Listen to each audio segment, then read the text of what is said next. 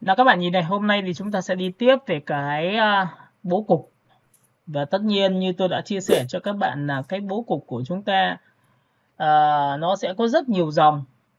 Dòng đầu tiên mà các bạn cần lưu ý đó là bố cục trong khung. Trong khung là bạn vẽ một cái khung ra và cho cái tấm ảnh, cho cái đối tượng của mình vào cái khung đó. Tất nhiên bố cục này nó bị một cái hạn chế là nó sẽ không bay bổng được như các bạn mong muốn, nhưng nó sẽ tạo ra cho các bạn những cái yếu tố có thể làm trong một số ngành nghề được. Ví dụ bạn làm trong bất động sản thì các bạn có thấy rằng là ở rất nhiều những cái mà các bạn để ý, kể cả trong thang máy hoặc là quảng cáo trên chôm rồi quảng cáo trên cốc cốc đấy, thì người ta cũng vẽ một cái khung và người ta cho một cái tấm ảnh vào, và với giá trị người ta sắp xếp như nào thôi.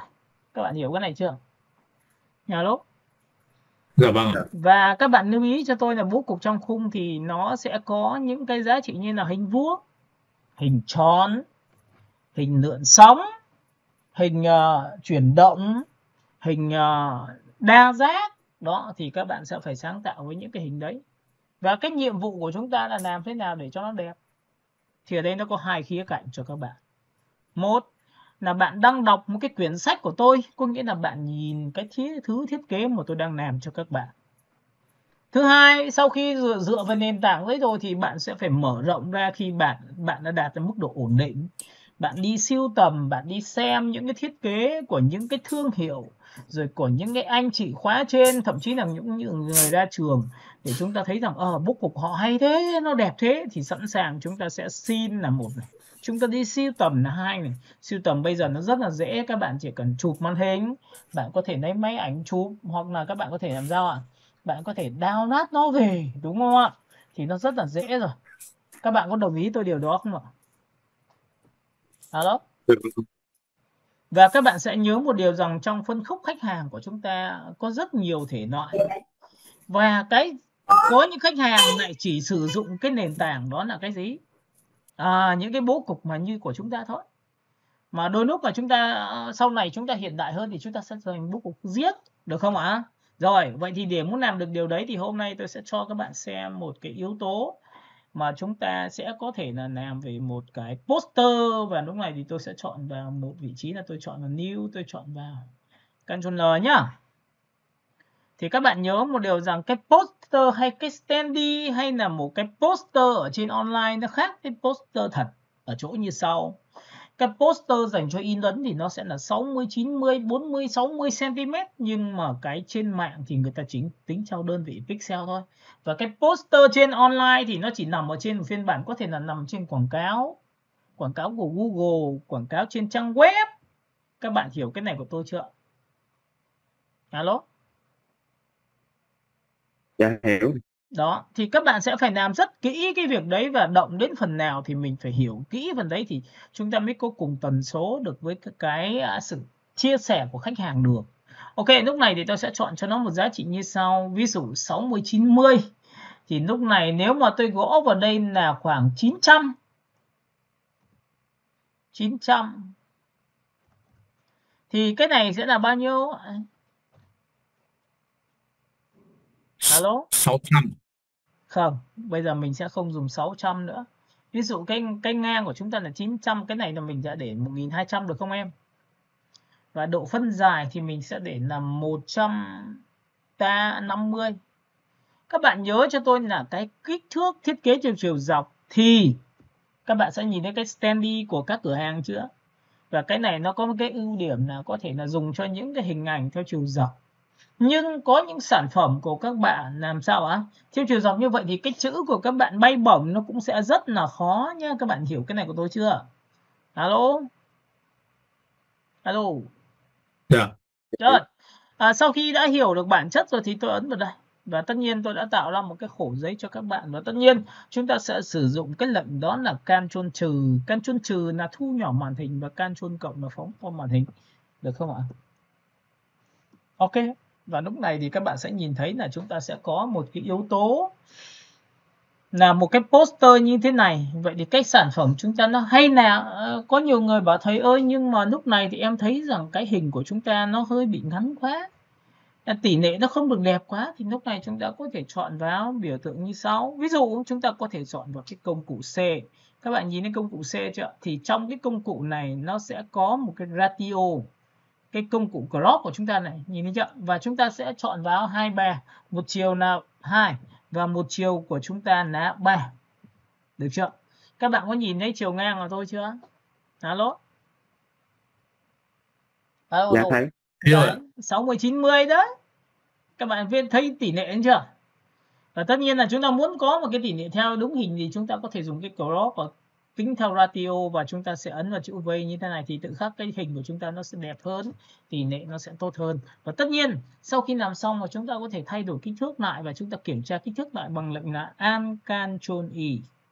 Alt Ctrl Y ngắn nhé, các bạn nhớ nhá. Rồi, ok. Và lúc này các bạn sẽ nhìn thấy 800 nhân với 1m2. Độ phân giải của chúng ta là 150 và tính theo đơn vị pixel. Được chưa? Rồi, sau khi làm xong thì với cái tỷ lệ như thế này thì các bạn nhớ cho tôi cái hình vuông.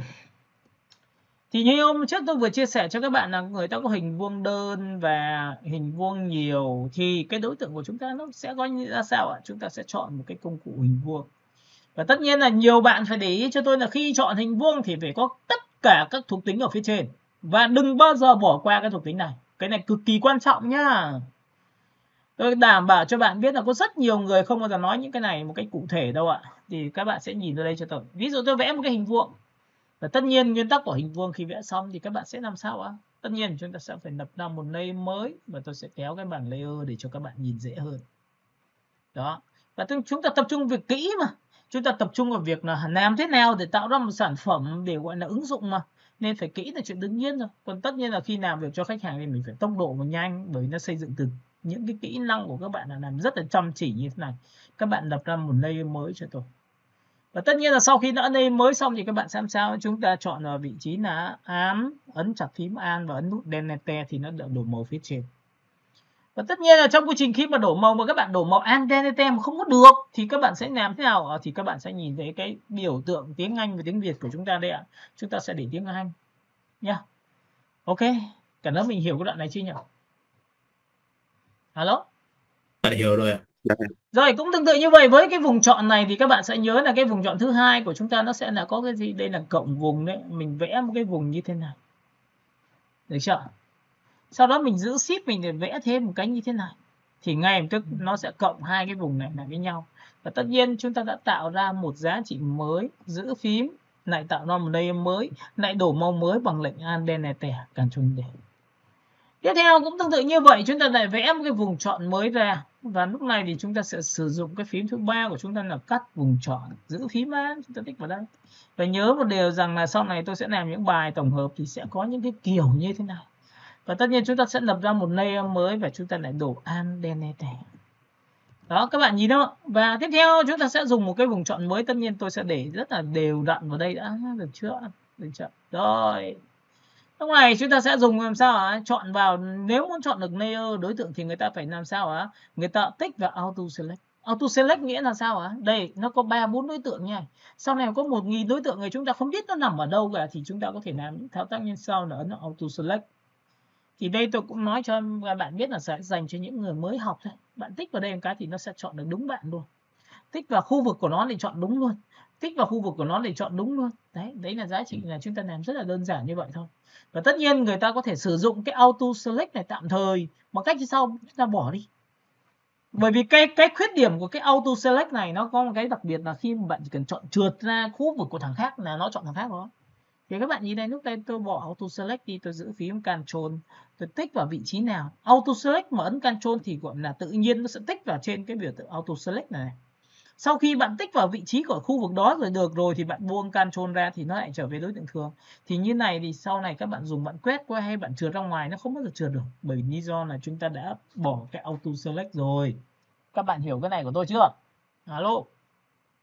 Dạ hiểu rồi ạ. Ok, và sau đó thì các bạn sẽ nhớ một điều rằng là chúng ta muốn chọn được nhiều layer thì chúng ta chuột phải chọn thang dấu thiết. Đây cũng là một cách chọn layer. Giữ shift là thêm. Và chúng ta chuột phải chọn được thằng thứ hai. Thế là tự khắc layer của chúng ta cũng chọn được hai cái. Đó. Được chưa? Tất nhiên có nhiều người cứ bảo là học đến đây thậm chí là trên mạng xem ok. Sao này đoạn này nó lại lâu thế? Đúng rồi, bởi vì chúng ta sẽ đóng vai trò là người mới học mà.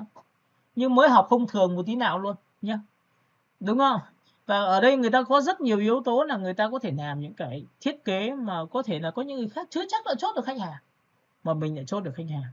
Đấy, giống như hôm trước tôi vừa chia sẻ về vấn đề về thiết kế logo đấy, thì cái tần số của bạn như thế nào nhỉ?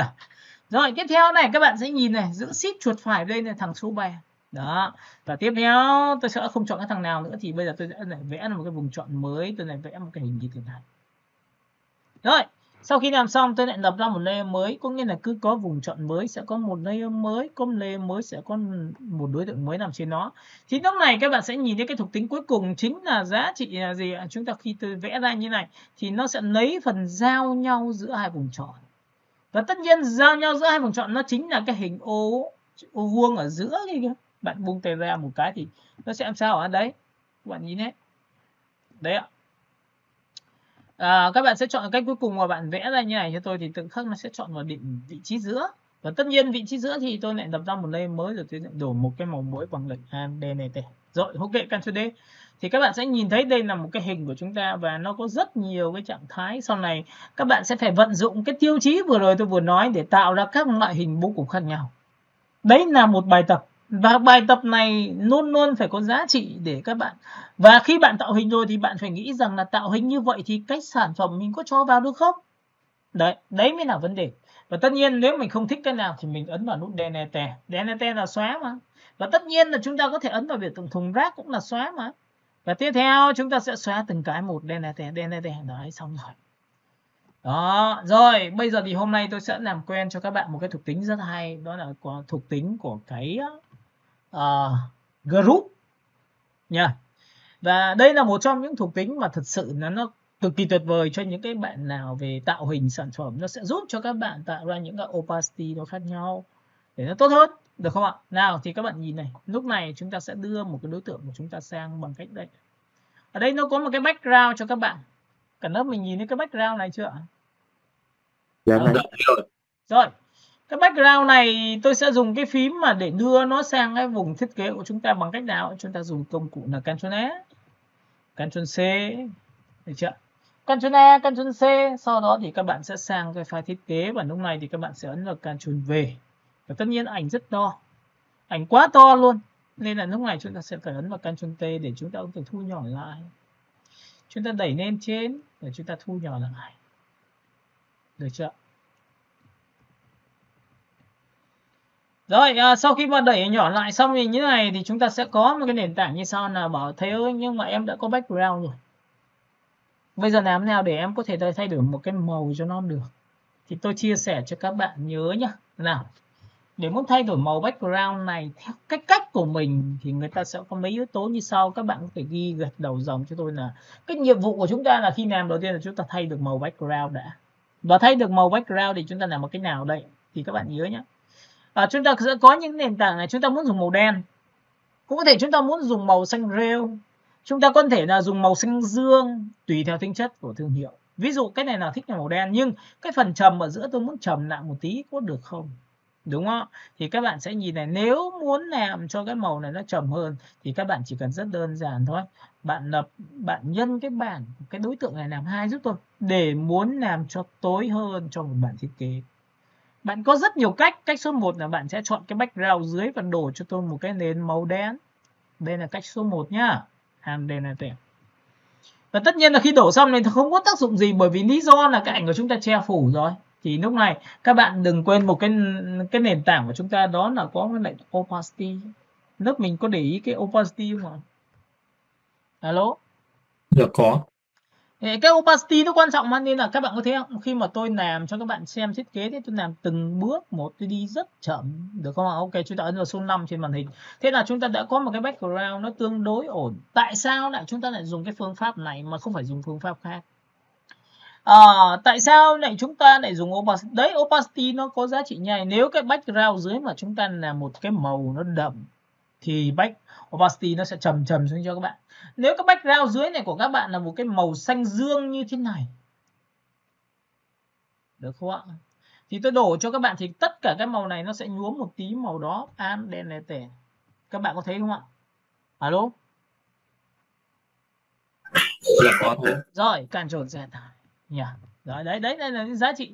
Và tất nhiên là cái độ này là các bạn muốn có thể 50% có được không, hay là chọn xuống 30%. 30% được không? Có nghĩa là tôi muốn một cái background nó không bị bệt màu.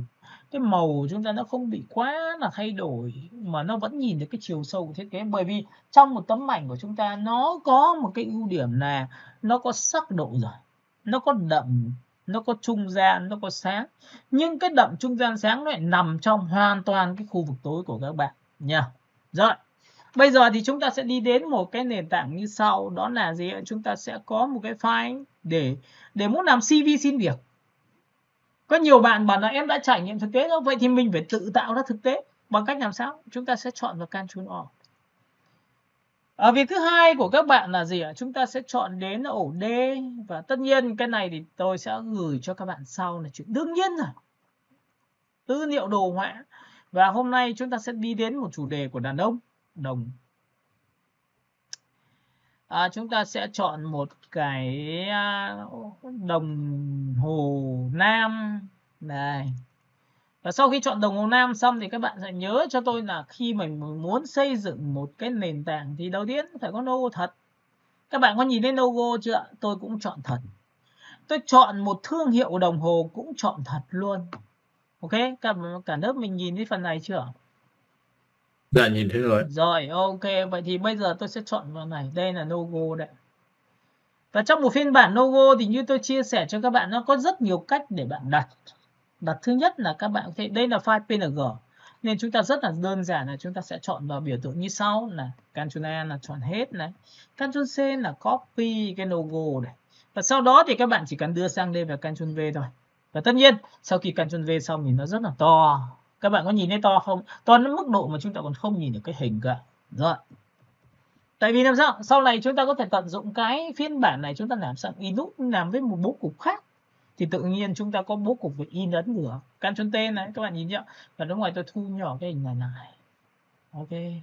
Đầu tiên tôi sẽ đặt nhai cho các bạn. Được không ạ? Alo? Phải nói mình nhìn thấy phần này chưa? Dạ rồi. Rồi, bây giờ thì các bạn sẽ thấy rằng là nếu logo của chúng ta có màu đỏ và màu đen như thế này, thì đặt trên nền đen thì chắc chắn là chữ chết là cái chắc rồi còn gì nữa. Có đúng không? Các bạn có đồng ý tôi điều này không? Vâng. Rồi, vậy thì lúc này chúng ta sẽ có một cái logo người ta gọi là âm bảng và dương bảng. Ví dụ logo của Toyota nó là màu đỏ, nhưng đặt trên nền đỏ thì nó ngược lại, nó lại là màu trắng các bạn ạ. Vậy thì trong trường hợp này chúng ta áp dụng cái giá trị của logo của chúng ta, nó có thể âm bảng và dương bảng. Và để muốn đổ màu cho cái logo này một cách đúng nghĩa thì chúng ta sẽ làm một cách nào? Ví dụ bạn muốn chọn cái này là màu đỏ thì chúng ta làm một cách nào nha. Thì các bạn nhớ vào đây cho tôi này. Nhìn này. Để muốn đổ được màu logo thì chúng ta sẽ đổ màu bằng lệnh gì? Vậy thì có nhiều người này hãy chọn phím Y ngắn, hãy chọn đúng tông màu của nó làm, đó là màu đỏ, và chúng ta đổ màu bằng lệnh là Alt-Delete. Đấy, các bạn có nhìn thấy điều gì xảy ra không ạ? Nó đổ màu vào này nữa. Nó đổ màu cả cái lớp layer đó, và trên cái layer đấy có cả logo đến, nó phủ kín cái logo luôn. Và trong trường hợp này thì không bao giờ dùng cái tiêu chí này. Vậy thì Photoshop là có một cái lệnh rất hay là để muốn đổ màu cho đối tượng mà lại không đổ màu vào toàn bộ background của toàn bộ cái layer đó, thì người ta sẽ có một cái lệnh rất là hay cho các bạn, đó là biểu tượng hình vuông. Các bạn nhìn thấy biểu tượng hình vuông chưa? Dạ thế rồi. Ok, chúng ta tích vào đây một cái, và tất nhiên sau khi tích xong thì chúng ta ấn vào Ctrl gì? Chúng ta ấn vào Ctrl T để cho nó thu nhỏ lại, và sau bắt đầu chúng ta có thể đổ màu, hoặc là chúng ta đổ màu rồi thu nhỏ lại sau. Đấy, ví dụ tôi đổ màu bằng lệnh Alt-Delete. Các bạn có thấy tôi đổ màu chưa ạ? Alo? Dạ thế rồi. Rồi, sau khi đã làm xong chúng ta ấn vào Ctrl T và chúng ta thu nhỏ lại một giá trị như thế này.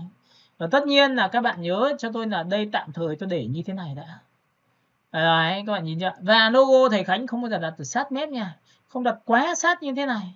Các bạn hiểu cái này không ạ? Bởi vì nó sẽ nằm ra góc, và đấy là một trong những góc chết của chúng ta. Có thể nằm nuôi xuống một tí như này thì có thể dễ chịu hơn, có thể đặt ở giữa như thế này dễ chịu hơn, và có thể đặt sang bên tay phải như thế này, tùy thuộc vào tính chất của các bạn.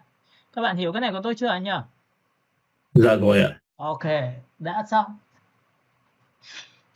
Bước số 2 nghĩa là sao ạ? Lúc này chúng ta sẽ có một cái nền tảng cho các bạn lựa chọn, đó là gì ạ?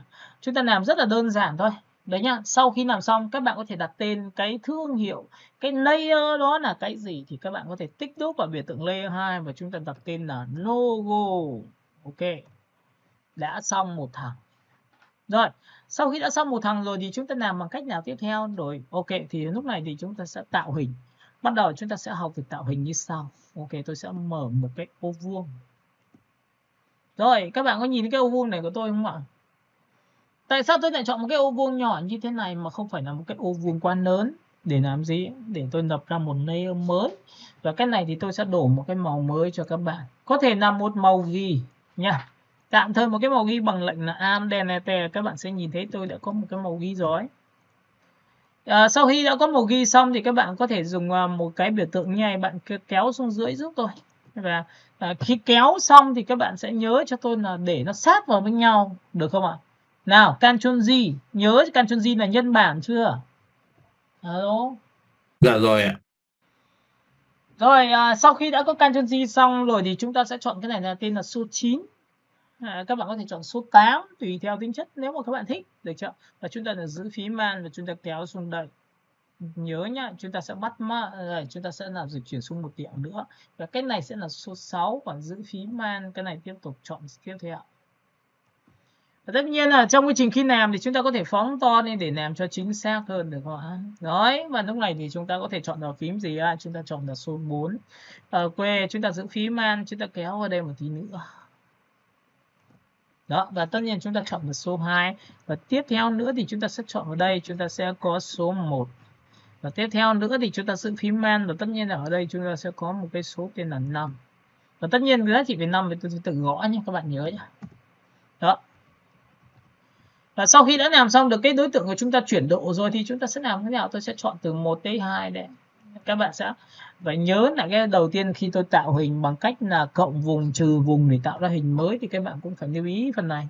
Đấy, sau khi làm xong chúng ta sẽ chọn tất cả các layer này, giữ phím Man và chúng ta dịch chuyển xuống một tí theo chiều chéo. Và tất nhiên trong chiều chéo này thì tôi có thể dịch chuyển lên trên và chúng ta có thể phóng to lên để cho chính xác. Đấy, làm chính xác nó sẽ như thế này. Các bạn có nhìn thấy không ạ? Chúng ta sẽ đặt như này. Đó, rồi. Vậy thì lúc này chúng ta xô lệch về hình, chúng ta giữ phím Man, chúng ta kéo vào đây một tí nữa cho các bạn. Và tất nhiên trong quá trình khi làm như này thì tôi lại giữ phím Man và tôi lại kéo vào đây. Thấy chưa? Các bạn có thấy rằng là khi không đọc lên layer mới thì chúng ta sinh ra một cái việc là chúng ta copy cái logo này, tôi xóa đi, tôi xóa cái hình này đi bởi vì tôi đã chọn cả logo rồi. Mình chọn rồi để mỗi logo thôi. Rồi sau khi đã làm xong thì bây giờ chúng ta sẽ chọn vào đúng vị trí đối tượng là chuột phải chọn vào đây. Chúng ta chuột phải chọn vào đây, chuột phải chọn vào đây, chuột phải chọn vào đây và chuột phải chọn vào đây, chuột phải chọn vào đây. Được chưa? Và tất nhiên là chúng ta sẽ chuột phải chọn vào cái cuối cùng, có phải là đây là một cái màng không? Đấy. Rồi, sau khi làm xong chúng ta giữ phím Man và chúng ta lại kéo xuống thêm một lần nữa. Đấy nhá. Và tất nhiên là xong khi làm thì các bạn sẽ phóng to cho tôi và nên trở cái này thành tiếng Anh thì lúc này chúng ta sẽ ấn vào Ctrl cộng, nó sẽ rất là dễ. Và chúng ta phóng to lên và chúng ta sẽ dịch chuyển, đấy, làm rất kỹ cái này. Được chưa? Đó. Rồi các bạn có nhìn thấy không ạ? Sau khi tôi đã có xong cái này xong thì tôi sẽ làm sao? Tôi là giữ phím Man, có thể là cái điểm giữa này chúng ta nằm đây hay nằm lệch sang trái thì giữ phím Man rồi tôi đặt vào vị trí này cũng như cũ này. Và chúng ta phóng to này. Và trong quá trình khi phóng to này tôi sẽ đặt vào vị trí này để cho nó khít vào, tôi lại giữ phím Alt, tôi lại giữ copy cả một cụm nhá. Các bạn nhớ cái này của tôi chưa? Đó, tôi sẽ lại giữ phím Alt, tôi lại copy cả một cái cụm như thế này. Tôi lại giữ phím Alt, tôi lại copy cả một cái cụm như thế này.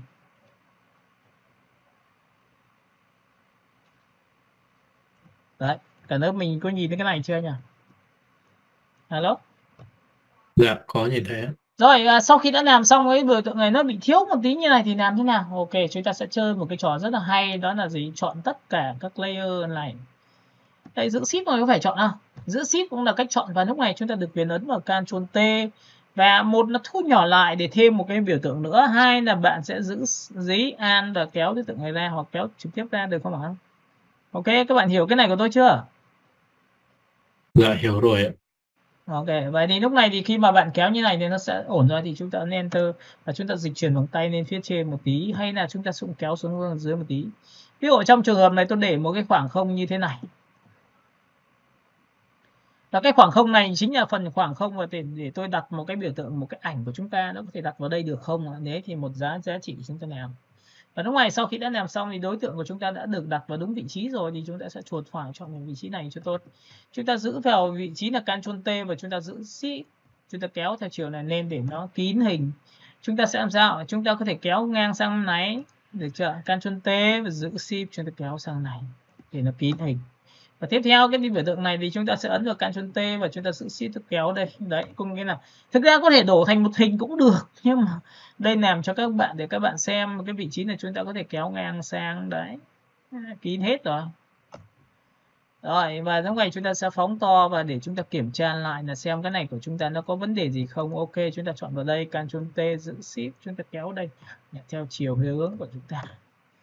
Rồi cũng tương tự như vậy, chúng ta sẽ chuột phải chọn vào đây và Ctrl T, và nhớ một điều rằng cái chỗ này là chỗ mà để chúng ta hiện hình cái ảnh của chúng ta. Chúng ta chuột phải vào biểu tượng này và Ctrl T giữ Shift. Vừa rồi tôi vừa nói chuột phải là như thế nào rồi để cho các bạn biết là chúng ta sẽ phải điều khiển toàn bộ tất cả những đối tượng này. Rồi sau khi đã làm xong được cái biểu tượng xong thì chúng ta phóng to một tí và chúng ta kiểm tra lại tổng quan. Nếu mà cái nào còn những cái vết gạch này các bạn có thể cho là Ctrl T và nhấn vào trong như này. Cũng chả vấn đề gì cả, bởi vì lý do bây giờ chúng ta sẽ làm cho nó đây. Chúng ta ấn vào Ctrl T, chúng ta kéo này lên trên Enter. Chúng ta sẽ chuột phải chọn vào Ctrl T, chúng ta kéo ngang sang bên này để che phủ đi. Ok, các bạn hiểu cái này chưa? Rồi chuột phải Ctrl T giữ Shift chọn này. Cả lớp mình hiểu cái này không nhỉ? Có hiểu ạ. Rồi Ctrl T, bởi vì cái này nó chính là 100%. Và Ctrl T như này thì bạn giữ Shift, bạn kéo này cho tôi, nó xong. Đó, thấy chưa? Đã xong, tương đối ổn rồi. Chúng ta chuột phải này Ctrl T và chúng ta sẽ giữ Shift, chúng ta kéo lên nha. Đó. Đấy, hình của chúng ta là đã xong. Và lúc này sau khi đã xong thì chúng ta sẽ có một cái lệnh rất hay là tôi chọn đối tượng 1 và tôi chọn và trừ đối tượng logo. Và chúng ta sẽ sử dụng một cái lệnh rất hay, đó là chúng ta ấn vào biểu tượng là Ctrl G. Hay ấn vào biểu tượng đó là group đối tượng thì nó chính là một tập thể. Đấy, group đấy, ấn vào đấy, Ctrl G đấy. Các bạn ấn vào Ctrl G cũng là một group. Và tất nhiên tất cả các đối tượng của chúng ta được sống trong một nền tảng group 1. Và cái này tôi gọi là bố cục khung ảnh.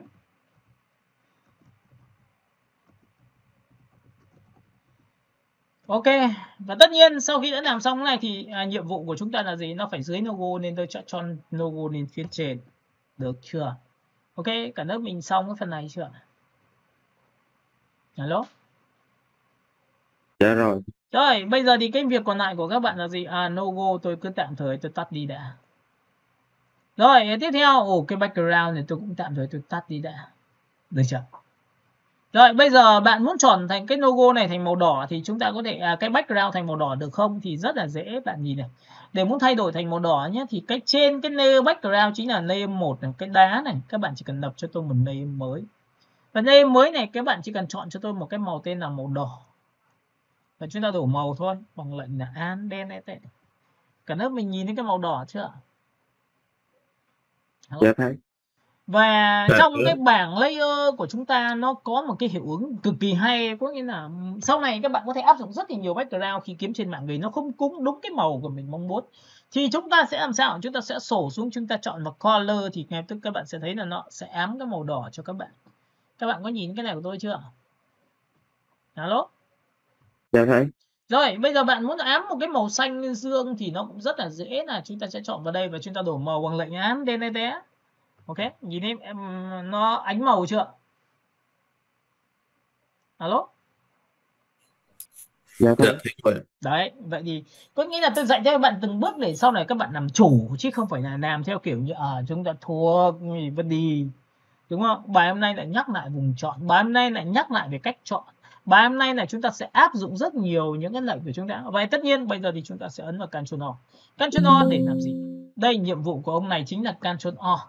Và Ctrl O để chúng ta tìm cái ảnh này. Trong cái ảnh này thì nó có rất nhiều những cái hình ảnh liên quan đến về có thể là một cái đồng hồ như thế này, có thể là một cái đồng hồ như thế này. Đấy, thì tùy theo tính chất của các bạn. Ví dụ bạn chọn vào đây là một cái chiếc đồng hồ, và cái đồng hồ này thì tôi đã chụp ảnh và tôi đã phóng to lên và tôi biết là nó là thương hiệu gì thì tôi bắt đầu tôi mới đi tìm đấy ạ. Nha, các bạn hiểu không ạ? Và lúc này tôi sẽ chọn vào đây là phương án số 1. Đấy, các bạn có nhìn cái đồng hồ này không ạ? Và chúng ta phóng to lên xem, Ctrl phóng to. Ok, chúng ta sẽ nhìn thấy, được chưa? Đây là đồng hồ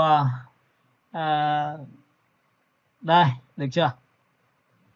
Ok, và lúc này sau khi mà chúng ta sẽ sổ xuống, chúng ta sẽ chọn vào biểu tượng là Ctrl A, chọn hết, Ctrl C là copy, và lúc này thì chúng ta sẽ có một giá trị là gì? Sang file thiết kế. Thì nhớ một điều rằng để muốn làm ảnh cho vào cái khung nào thì chúng ta sẽ phải chọn vào đúng cái khung đó, chính là bố cục ảnh đây. Thì ảnh phải nằm trên gì?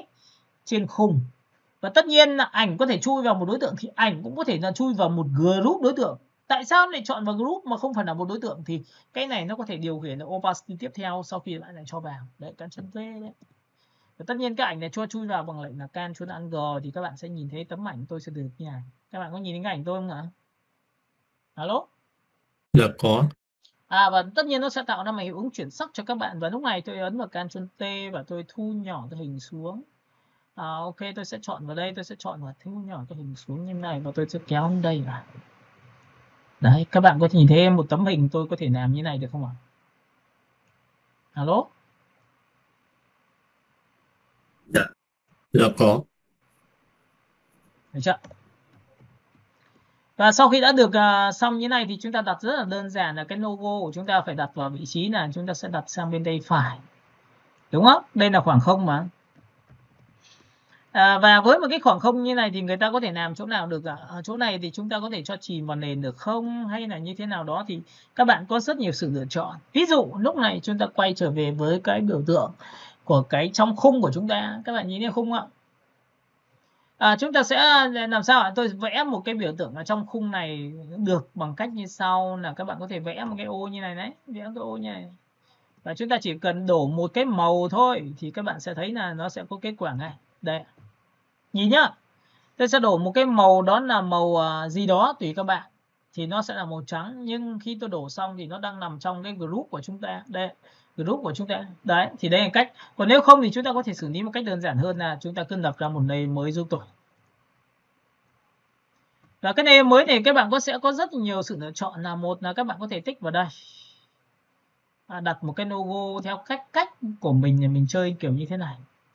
Và sau khi đã làm xong thì mọi người sẽ chọn cho tôi một cái màu, ví dụ như chúng ta chọn màu trắng hoặc là màu đỏ hoặc là màu vàng tùy theo tính chất của bạn. Thì ví dụ tôi có thể chọn màu da người, tôi sẽ lập ra một layer mới và tôi sẽ đổ một cái màu như thế này. Và sau khi đổ màu xong thì các bạn nhớ cho tôi là ấn vào Ctrl T và tôi giữ phím Ctrl và tôi kéo lên như này được không ạ? Alo? Lúc này thì các bạn sẽ chọn cho tôi một cái logo và đặt thẳng trực tiếp lên như này thì tôi có một cái logo biểu tượng như này, nhưng nó lại gặp một cái vấn đề là chữ chúng ta không nằm được trong cái nền tảng đó. Thì các bạn có thấy không? Chữ to, chữ bé, logo to, logo bé. Thì đấy là vấn đề của chúng ta. Vậy thì chúng ta có thể thu nhỏ này để chúng ta có thể đặt thẳng vào trực tiếp từ đây. Vậy thì cái miếng hình của chúng ta nó phải đủ lớn ra nữa thì nó sẽ đẹp hơn rất là nhiều. Được không ạ? Ok, thì lúc này tôi sẽ chọn vào đây và tôi ấn vào Ctrl T và tôi phóng to cái này ra cho các bạn. Tôi phóng to cái này ra cho bạn, giữ Shift tôi kéo vào đây và giữ Shift tôi kéo vào đây. Và tất nhiên tôi giữ phím Ctrl và tôi kéo từ đây lên đây, đúng không ạ? Đây là một cái cách mà chúng ta có thể lựa chọn. Và nếu mà cái cách này mà bạn chọn cho tôi một cái khẩu vị của chúng ta nó có thể là một màu trắng thì các bạn lưu ý cho tôi là ngay tức là tôi có thể đặt được vào cái logo rất là dễ như thế này, được không ạ? Còn nếu không thì các bạn sẽ làm sao ạ? Chúng ta sẽ chọn cái này là opacity bằng 50% hoặc là 80% như này cũng là một cái cách, hoặc là 70% cũng là một cái cách như này. Và thậm chí là có nhiều người có thể đặt cho tôi một giá trị là color để thay đổi được màu đối tượng ở vị trí là màu vào nhảy. Nếu tôi làm màu trắng thì sao? Đấy nha, tôi sẽ chọn vào đây, tôi chọn một con. Và tất nhiên chúng ta quay trở lại với thuộc tính, đó là gì? Tôi muốn đổ cái miếng này màu trắng thì tôi khóa nền lại và tôi sẽ chọn một cái màu tên là màu trắng cho các bạn. Đổ màu thôi bằng Alt lên đây, được chưa? Nào khóa nền. Và tất nhiên sau khi khóa xong tôi sổ xuống tôi chọn là color có được không ạ? Đấy, các bạn có nhìn thấy nó sẽ trở thành màu xám như này. Đấy nha, tùy theo tính chất của các bạn. Hay là chỗ này chúng ta sẽ chọn màu đỏ và logo chúng ta làm màu trắng có được không? Đấy, thì chúng ta phải sử dụng. Và tất nhiên là sau khi mà không ưng thì bạn có thể xóa đi. Rồi chúng ta sẽ chỉnh lại một vài chỗ. Được chưa? Và cái người mẫu này có đẹp hay không? Nếu chưa đẹp, chúng ta được quyền làm sao? Chúng ta lại ấn vào Ctrl của chúng tôi. Và tất nhiên chúng ta sẽ có rất nhiều cái hình ảnh để có thể chọn cho nó tốt hơn. Các bạn có thể sổ xuống, và đây là những cái hình của chúng ta, đây là hình số 1, đây là hình số 2, tôi nghĩ là tôi sẽ chọn cái này. Đấy, Ctrl A chọn hết, Ctrl C copy và sang file thiết kế của chúng ta. Thì các bạn nhớ này, file thiết kế đây, ảnh đây, đúng không ạ? Tôi ấn vào Ctrl V. Và sau khi Ctrl V xong thì tôi lại chọn chui vào, thì cả hai ảnh này đều chui vào cùng một thằng. Đấy. Được chưa? Và lúc này sau khi làm xong tôi ấn vào Ctrl trừ và tôi ấn vào Ctrl T để làm sao thu nhỏ lại. Đặt vào đây. Đặt vào đây.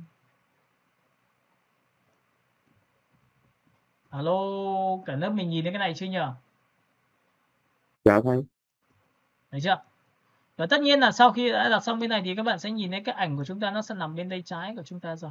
Và tất nhiên nó sẽ chìm vào nền cho các bạn. Và lúc này thì cái tay đồng hồ của chúng ta rất là ổn, đặt như này. Ví dụ đây là không gian. Và có thể là lúc này logo của chúng ta sẽ chuột phải chọn vào biểu tượng logo của chúng ta sang bên này. Các bạn thấy là ổn không ạ? Alo? Dạ vâng. Đó, có nghĩa là khi mà mình làm về thiết kế thì mình sẽ phải thử rất nhiều phương án, chứ không nên dùng một cái phương án nào cả, được không ạ? Rồi, và tất nhiên là sau khi làm xong thì cái layer số 4 không cần nữa thì các bạn có thể ấn vào nút Delete, được không ạ? Delete đây. Rồi, các bạn hiểu cái đoạn này chưa nào? Alo? Hiểu. Rồi, bây giờ thì chúng ta sẽ đến một cái công đoạn rất là quan trọng nữa là cái ảnh nó chỉ chuyển êm vào nền rồi, nó làm chìm êm vào nền theo cái cách của chúng ta rồi. Thì chúng ta sẽ có một cái logo, chúng ta sẽ đặt nuôi lên phía trên một tí nữa. Chậm. Rồi, bây giờ thì cái sản phẩm chúng ta muốn đặt đâu? Và phần thứ hai là chữ của chúng ta đặt đâu? Thì lúc này chúng ta sẽ bật một cái file text này. File text này là file mà chúng ta sẽ phải cũng phải làm, và chúng ta sẽ kéo xuống phần phía dưới. Ở đây thì chúng ta sẽ có tư liệu đồ họa, và chúng ta sẽ có một cái gọi là đồng hồ nam. Và trong đồng hồ nam của chúng ta thì nó có một cái file tên là file Word. Ok. Các bạn tôi sẽ chọn vào new share và tôi sẽ share cái file Word này cho cả lớp mình nhìn. Các bạn nhìn cái này chưa? Alo? Dạ rồi ạ. Biết rồi. Đây là tôi vào trang web của nước ngoài và tôi chọn đúng cái tên thương hiệu của cái logo đó, và tôi sẽ kéo sao tôi quét qua cái này. Nhìn nha, quét qua cái này chưa? Các bạn có nhìn cái này chưa? Và tất nhiên chúng ta ấn vào Ctrl T. Đây là tên của cái đồng hồ. Được chưa? Và cái mã số của đồng hồ nó sẽ như này. Vậy thì chúng ta sẽ đưa vào sang. Đầu tiên là chúng ta sẽ làm sao? Chúng ta stop lại. Chúng ta sẽ chọn vào xe và chúng ta sẽ chọn vào tiếp vào giá trị đó là Photoshop, và lúc này chúng ta sẽ chọn vào T. Các bạn nhớ cho tôi là từ khi mà chúng ta chọn vào T nhá, các bạn tích vào đây cho tôi một cái và bạn ấn vào Ctrl V. Thì lúc này cái text của chúng ta đưa ra thì chúng ta cứ kéo vào đây đã. Được chưa? Và lúc này tôi sẽ chọn vào hai giá trị như sau, là tôi sẽ chọn vào biểu tượng là cái đối tượng của chúng ta đấy, tôi sẽ copy cái này, Ctrl C. Sau đó sang Photoshop của chúng ta thì tôi sẽ tích vào đây và Ctrl A, Ctrl V nhỉ, nó chỉ được như này thôi. Và do là ở đây thì nó có, đây là một nội dung, và tiếp theo cái mã số của chúng ta thì tôi sẽ tiếp tục tôi lại chọn và tôi copy vào đây. Ctrl C, và tiếp theo tôi sẽ sang bên này và tôi tích vào đây. Và đây là cái mã số nhé, các bạn nhớ nhé. Và tiếp theo nữa thì các bạn sẽ nhớ là tôi cứ để đặt tạm đây đã, và sau khi đặt tạm xong thì tôi sẽ có một giá trị cuối cùng của chúng ta, nó có một cái gọi là tiền, giá tiền của một cái sản phẩm như thế này. Được chưa? Rồi, ok, chúng ta sẽ chọn vào đây và chúng ta lại ấn vào Ctrl T và chúng ta kéo ra. Tất nhiên là lúc này thì chúng ta sẽ được quyền làm sao? Chúng ta sẽ chọn vào đây, chữ S của chúng ta nó có thể xa ra một tí. Và lúc này vừa rồi thì tôi có gửi cho các bạn những cái phông chữ mà tôi đã tìm từ cái phông chữ của tôi dịch ngược cái phông chữ của cái Tudo ra để làm ra cái thương hiệu. Các bạn nhớ nhá, tôi có thể chọn vào cái Tudo nha. Và tất nhiên là sau khi đã chọn lựa xong thì đây là một cái cụm nội dung. Và nội dung của chúng ta sẽ phải chọn vào biểu tượng như sau. Nào, các bạn sẽ lúc này thì các bạn sẽ quay trở vào với cái thuộc tính đầu tiên của chúng ta, là tôi sẽ chọn vào cái chữ Tudo như thế này. Tôi sẽ tách ra làm hai bởi vì tôi muốn tạo ra một sự ấn tượng, nên tôi sẽ ấn vào Ctrl X của cái này và tôi sẽ chọn vào đây. Đây là một trong những phương pháp về tạo hình cho chữ, thì các bạn có thể chọn lựa cho cái cách như thế này và chúng ta có thể phóng to như này nhá. Ok, được chưa? Rồi, bước số 2 là các bạn sẽ chọn phông cho tôi. Thì cái phông chữ vừa rồi tôi vừa copy cho các bạn đấy, thì lúc này tôi sẽ chọn vào vị trí như sau. Tôi chọn vào file, tôi chọn vào tôi sẽ chọn một cái tên phông vừa rồi đấy, thì tôi có thể quay trở ra, tôi sẽ làm ra một cái tên phông. Và cái tên phông lúc này thì nó sẽ có những cái phông như sau. Đây là phông Roboto và đây là phông đây là phông chữ mà là của cái đồng hồ. Tôi sẽ giữ phím mà các bạn nhìn thấy phông chữ đồng hồ đấy, C. Tôi đã copy và tôi đã gửi trên cái phiên bản của cái nhóm của chúng ta rồi. Tôi sẽ chọn cái chữ Tudo đầu tiên và tôi chọn cho nó một cái phông chữ Ctrl V.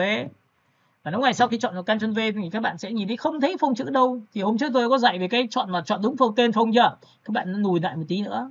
Các bạn có nhìn thấy tên phông chưa? Alo. Thế rồi. Đấy, thế các bạn có thấy không ạ? Và sau khi mà tôi chọn xong này thì tôi sẽ chọn vào phông chữ dưới là xong một thằng. Và phông chữ này tôi được nhắc lại cho nó một tí. Và tôi sẽ có những cái cách trình bày như sau. Tôi chọn một thằng, tôi vào Ctrl T và tôi phóng to này. Một thằng. Còn cái phông chữ bên cạnh này thì tôi sẽ chọn một cái phông chữ khác và cũng tương tự như vậy. Tôi quay trở lại với cái thuộc tính phông chữ. Và phông chữ này tôi sẽ chọn phím A. Ctrl C của cái tên phông đó. Và lúc này thì tôi sẽ quay trở vào với Photoshop và tôi chuột phải chọn vào đây. Cái này thì của các bạn nhé, tôi sẽ chọn vào đây và tôi ấn vào Ctrl V.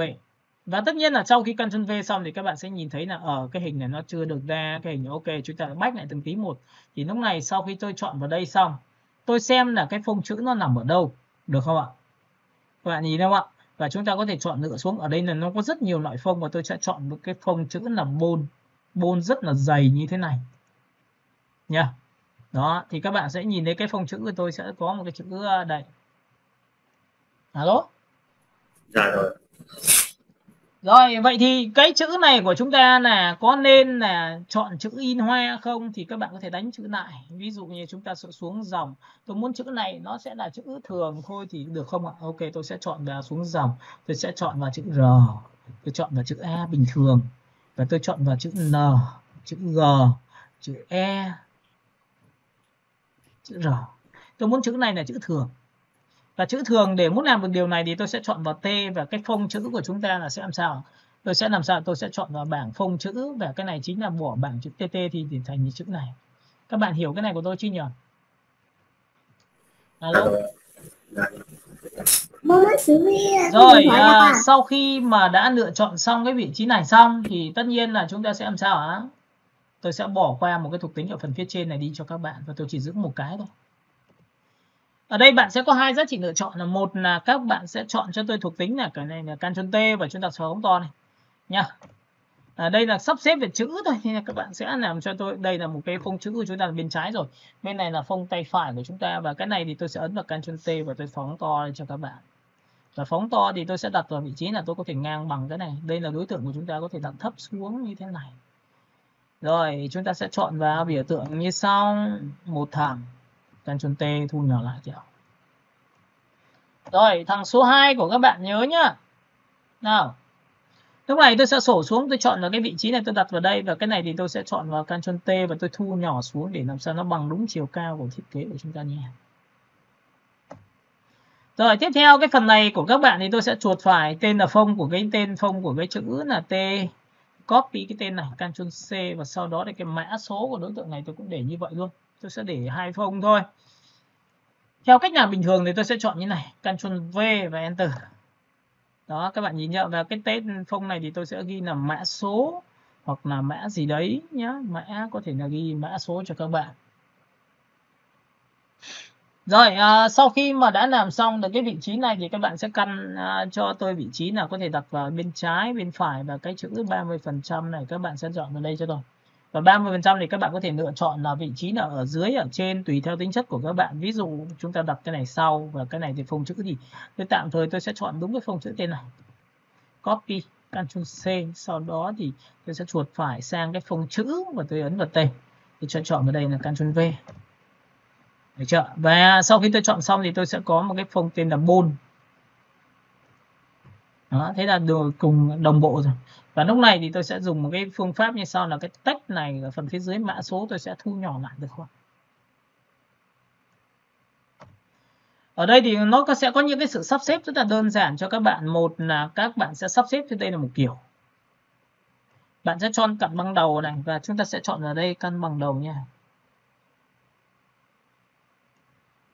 Rồi các bạn có nhìn thấy không ạ? Và đây là phông chữ tiếng Anh này nó sẽ căn rất là dễ thôi, bởi vì nó không có dấu. Phần thứ hai nữa là trong cái phông chữ về thiết kế của các bạn nhá. Các bạn nhìn này cho tôi chưa? Nào.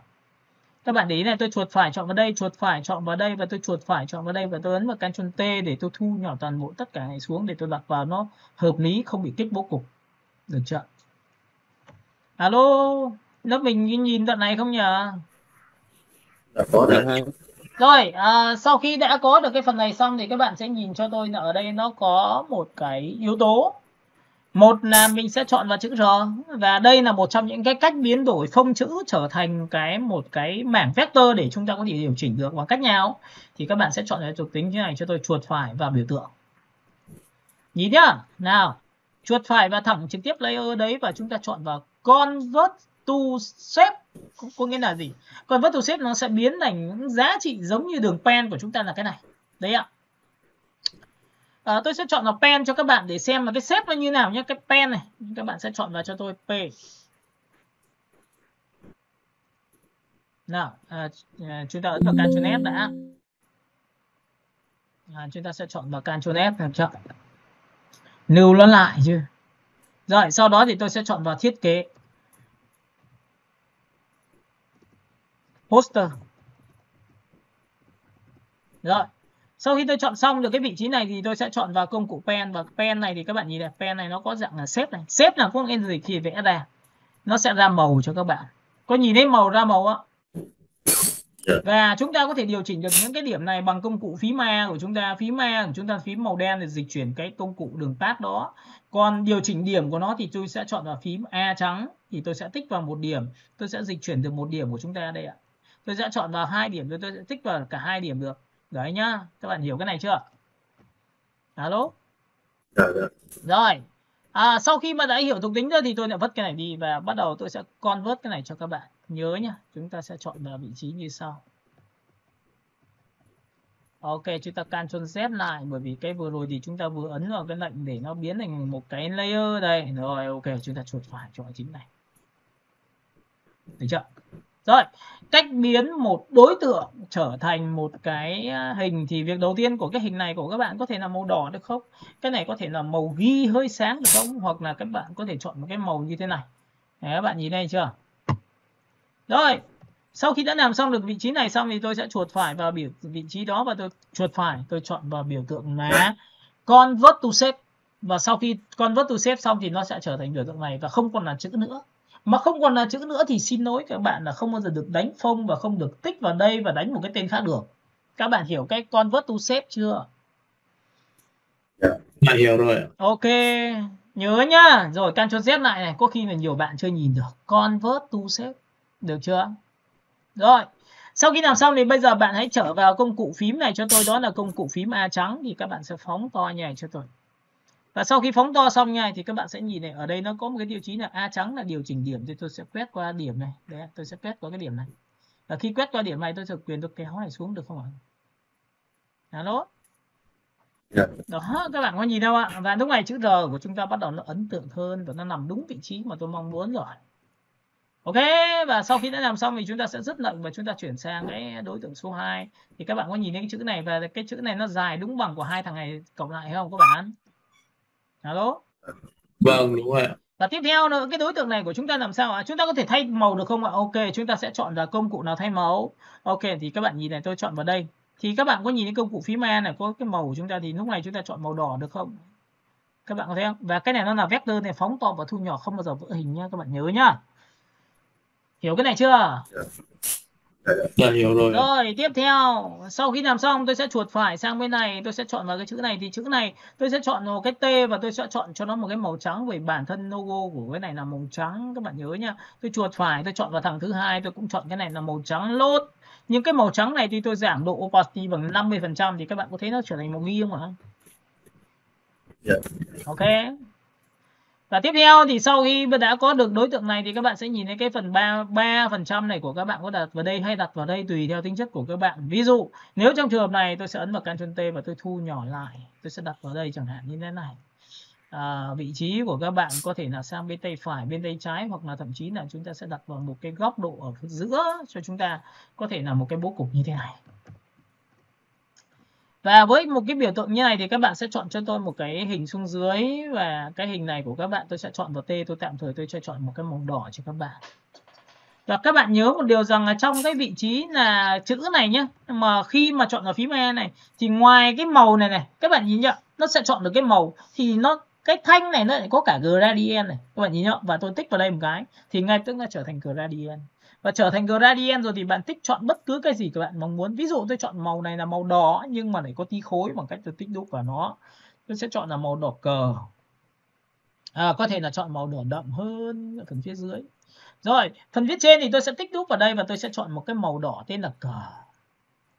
Đấy, các bạn có nhìn thấy gradient của tôi chưa? Alo? Dạ, thấy rồi. Thấy chưa? Chúng ta đều có giá trị hết.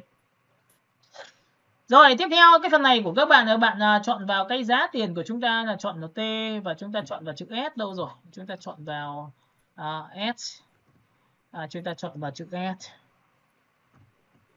Và trong cái phần này thì của tôi thì tôi sẽ chọn một cái chữ T, và cái phông chữ thì các bạn nhớ cho tôi là ví dụ cái phông chữ này mà tôi chọn một phông chữ này sao? Tôi sẽ copy cái tên phông này. Sau đó thì tôi sẽ chuột phải thẳng trực tiếp vào đây và tôi ấn vào Ctrl V cho các bạn. Đó, các bạn sẽ nhớ là tôi sẽ quét qua cái chữ này, tôi sẽ bỏ cái này đi. Và cái khoảng cách thì các bạn nhớ là tôi giữ phím Alt và tôi để dạng khoảng cách giữa các ký tự thì các bạn tích vào cái ký tự đó và giữ phím Alt đẩy sang phải nút mũi tên thì để nó cho nó xe ra. Và phần thứ hai nữa là gì ạ? Sau khi tôi chọn xong ở đây thì là người ta sẽ có giá trị như này thì các bạn ấn vào Ctrl T, bạn có thể thu nhỏ lại cái phông chữ của chúng ta, nó có thể đi dài ngắn hoặc là có thể là căn sang phải sang trái tùy theo tính chất của các bạn. Bạn có thể làm như này. Alo, các bạn có nhìn cái này của tôi chưa? Dạ có. Cái việc đầu tiên khi mình làm thì mình phải sắp xếp được chữ đã. Và tất nhiên khi làm xong cái này thì bạn dùng phím T cho tôi và tích thẳng vào đây. Và bạn có thể ấn vào dấu chấm cho tôi để nó cho nó dài ra. Và sau khi đã chọn là dài ra cái chấm này rồi thì các bạn sẽ chọn vào T cho tôi và gõ cho tôi một giá trị như sau, không phải là 2 chấm nữa mà chúng ta sẽ chọn vào số 8 thì cái chấm nó sẽ to hơn. Và sau khi đã chọn chấm rồi thì các bạn sẽ tích vào đây cho tôi và chúng ta sẽ gõ là Ctrl A là chọn hết cái chấm đó, Ctrl C là copy để sau này khi mình đánh cái dấu chấm nó nhanh hơn thì mình ấn vào Ctrl V như thế này này. Được chưa? Và lúc này cái chấm của chúng ta nó to hơn rất là nhiều, chúng ta sẽ chọn vào đây. Và tất nhiên tôi sẽ ấn vào T, tôi sẽ quét qua từ bên này, vị trí này tôi quét đi, tôi vứt đi. Và cũng tương tự như vậy thì với cái giá trị như này thì các bạn xem sao, tôi sẽ chọn vào T và tôi sẽ chọn vào giá trị là 0,8 nào mà tôi có thể tăng là giá trị là 14 để chấm nó đủ to, và tôi sẽ quét qua vị trí này, tôi xóa đi. Tôi sẽ xóa nó đi như thế này. Và tất nhiên là tôi cần một giá trị về ngăn nắp trong giá trị đầu tiên là các bạn làm. Các bạn có nhìn thấy cái này của tôi chưa? Alo? Dạ có, nhìn thấy rồi. Ok. Rồi, sau khi đã làm xong thì bây giờ các bạn sẽ cần một cái giá trị về đồng hồ, các bạn có thể đặt ở đâu được, đúng không ạ? Thì các bạn nhớ cho tôi là cái logo lúc này nó đang là một cái màu của chúng ta là màu đen, màu đỏ như này, các bạn có thể cho cái logo nó cao lên một tí nữa để cho nó đẹp hơn. Tôi sẽ chọn logo cao lên một tí nữa, đặt vào đúng vị trí khoảng 0, được chưa? Rồi, phần này thì các bạn sẽ chọn cho tôi là Ctrl O. Và trong cái phần Ctrl O của các bạn thì ở đây nó sẽ có một cái yếu tố nữa là tôi sổ xuống. Và tất nhiên là tôi cũng đã có những cái hình ảnh của cái đồng hồ rồi, các bạn có thể chọn một cái đồng hồ nào đó tùy theo tính chất. Các bạn có thể đồng hồ dành cho những người lười thì dùng cái này. Là nó có khung rồi. Cả lớp mình nhìn cái này chưa? Alo? Ctrl A, Ctrl C. Sau đó thì các bạn sẽ sang một cái thiết kế thì các bạn ấn vào Ctrl V giúp tôi và Ctrl T và thu nhỏ xuống. Em có thể đặt ở vị trí nào đó tùy theo tính chất của mình mong muốn. Mình có thể làm như thế này. Nhìn thấy không? Alo? Dạ. Được chưa? Và tất nhiên là khi đặt vào như này thì các bạn sẽ thấy là nó có hợp hay không, nó đã ổn chưa, thì cái đấy phải ngồi phải tính chứ không phải là một phát mình ăn ngay được, đúng không ạ? Thì chúng ta có thể ấn vào Ctrl T và tôi thu nhỏ lại và tôi đặt vào vị trí này. Và sau khi đặt vị trí này xong thì người ta cũng có rất nhiều cách để trang trí cho các bạn. Ví dụ chúng ta phóng to lên. Và lúc này như tôi đã chia sẻ cho các bạn biết là tôi sẽ vẽ một cái khung đằng sau. Và cái khung này thì bạn lập ra một nơi mới giúp tôi và tôi đổ một cái màu tên là màu đỏ. Ý ngắn tôi chỉ vào đây là màu đỏ. Tôi đổ màu nhá. Đây là đây. Và lúc này cái màu đỏ đang nằm trên đối tượng chúng ta phải làm gì ạ? Chúng ta ấn vào Ctrl ngoặc vuông bên tay trái là xuống dưới một lớp thì lúc này chúng ta có một cái viền màu đỏ này. Các bạn có nhìn cái viền màu đỏ tôi chưa? Alo. Dạ có nhìn thấy Rồi rồi. chúng ta giữ phím Alt và chúng ta copy sang bên này thì chúng ta có một cái viền màu đỏ tiếp theo. Đúng không các bạn? Alo. Đúng ạ. Dạ vâng. Được chưa? Rồi, tiếp theo nữa thì các bạn cũng có thể là tạo ra những cái hình vuông rất là đơn giản thôi. Ví dụ tôi sẽ chọn một cái hình này, tôi lập ra một layer mới và tôi đổ một cái màu đỏ tiếp theo. Đây là cái hình của tôi và tôi dùng phím V tôi đặt vào đâu ạ? Cho nên trên tất cả. Ví dụ trong trường hợp này mà tôi đặt vào đây. Và giữ phím Alt này tôi có thể đặt vào những vị trí khác, tôi sẽ đặt vào đây. Cả lớp mình nhìn cái phần này của tôi chưa? Alo? Rồi ạ. Và tất nhiên là đây là một trong những giải pháp cho các bạn. Bạn có thể làm theo cách này. Và tất nhiên sau khi làm xong thì chúng ta sẽ làm sao? Chúng ta xếp lại Ctrl S lại. Được chưa?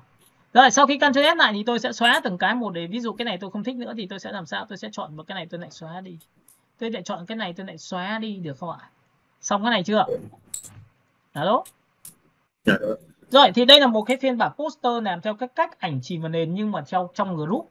Tất cả những cái tiêu chí của cái hình này của các bạn có thể thay đổi được. Ví dụ cái background này không phải là màu này nữa mà chọn vào y ngắn. Chúng ta hãy chọn một cái màu sáng hơn thì cái background thay đổi. Các bạn có nhìn thấy background thay đổi chưa? Alo?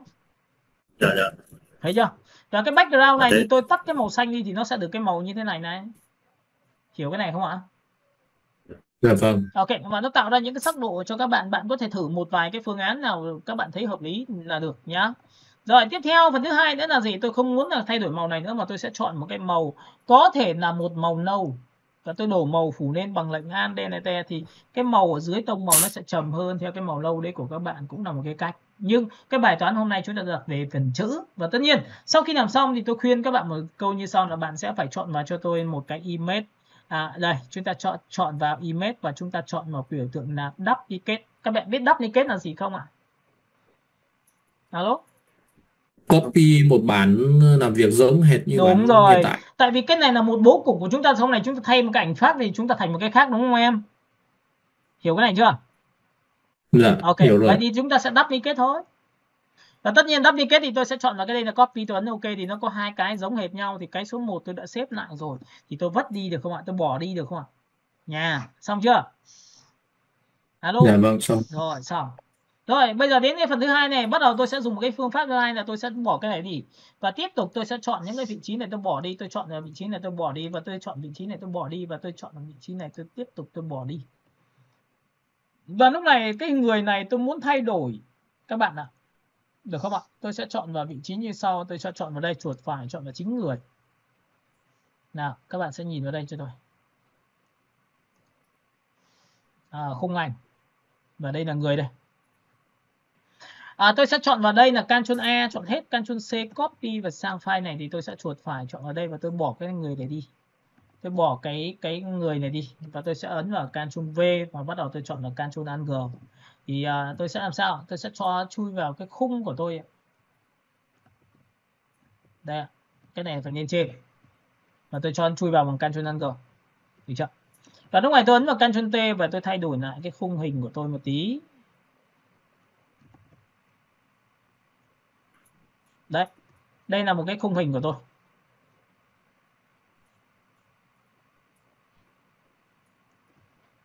Và sau khi đã có một cái khung hình xong thì tôi thay đổi cái background lại. Bởi vì cái phương án này là phương án tôi sẽ thay đổi mới. Ví dụ tôi sẽ chọn một cái màu tên là màu trắng tinh luôn. Được chưa? Phần thứ hai nữa là gì ạ? Lúc này thì tôi sẽ chọn một cái màu này đã được chưa? Hay là chúng ta sẽ phải chọn một cái màu khác? Ví dụ chọn một cái màu nâu hơi đậm hơn một tí được không? Cái color này của chúng ta tắt bỏ đi thì làm thành màu trắng ghi này. Các bạn có nhìn cái này của tôi chưa nhỉ? Alo? Có. Rồi, phần thứ ba nữa là cái tiêu chí của cái bên này thì tôi sẽ đặt sang bên này, tôi sẽ thay đổi nó và tôi cũng có thể thay đổi một vài phương án. Tôi chọn vào đầu tiên là cái hình người của chúng ta là 16, được chưa? Nào tôi sẽ khóa cái logo lại. Rồi, tôi ấn vào Ctrl O và tiếp tục tôi sẽ chọn vào vị trí những cái người mẫu khác. Chúng ta có thể chọn một cái hình 1 2 3 4 5. Chúng ta sẽ chọn vào đây là một cái hình người. Vừa rồi thì tôi vừa chọn một cái hình phía trên. Đây, hình này thì hình bắt tay cũng là hơi thiên về treo chéo nha. Bạn có thể chọn một cái hình như này. Hoặc là bạn có thể chọn một cái hình màu đỏ bên ngoài, nó cũng là tiêu chí như vừa rồi của các bạn thôi. Bạn có thể chọn hình này. Rồi cứ giữ nguyên cái này đi. Rồi sau khi đã chọn xong được cái vị trí này, bắt đầu chúng ta lại tiếp tục chúng ta lại thay đổi một cái bố cục khác, được không ạ? Ok, chúng ta sẽ chọn thay đổi một bố cục khác. Tôi sẽ chuột phải, tôi chọn một cái biểu tượng này lên trên. Và chữ này thì tôi sẽ chọn cho nó một giá trị là tôi sẽ chọn đúng bầu bằng của chữ G, được không ạ? Tôi sẽ kéo đến đây được không ạ? Nhớ là bằng đầu chưa? Các bạn có nhìn cái này bằng đầu của tôi chưa? Alo? Dạ nhìn thấy. Rồi sau khi đã làm xong thì cái vị trí này, cái tiêu điểm của cái chữ mã số này tôi sẽ chọn vào T và tôi sẽ đặt một cái màu tên là màu trắng cho các bạn. Và tôi sẽ để 100% cho các bạn, 100%. Và cái này thì tôi sẽ đặt phía dưới cho các bạn nhớ nhá. Đây cũng là một cái cách mà chúng ta thay đổi về bố cục. Và tất nhiên là cái này thì tôi sẽ kéo xuống đây. Và các bạn có thể cân đong đo đếm từ bên này và tôi ấn vào Ctrl T và tôi kéo sang bên này. Đấy, tôi kéo bằng đúng chữ R nhé. Được chưa? Rồi. Hiểu cái này chưa? Rồi cái 300 này tôi sẽ kéo xuống cho các bạn, và cái này thì tôi sẽ kéo xuống, chấm này thì có khi là tôi cũng không dùng nữa, tôi xóa đi tại vì bố cục mới tôi đã căn sang trái.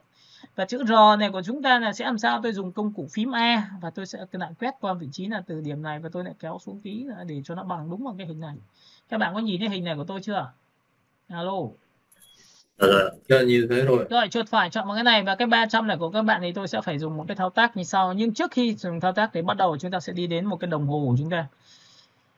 Sản phẩm của chúng ta như này, người đây, Ctrl T của chúng ta có thể thu nhỏ lại như thế này để cho nó bé hơn. Chúng ta sẽ chọn vào đây và chúng ta có thể đẩy lên phía trên như này, được chưa?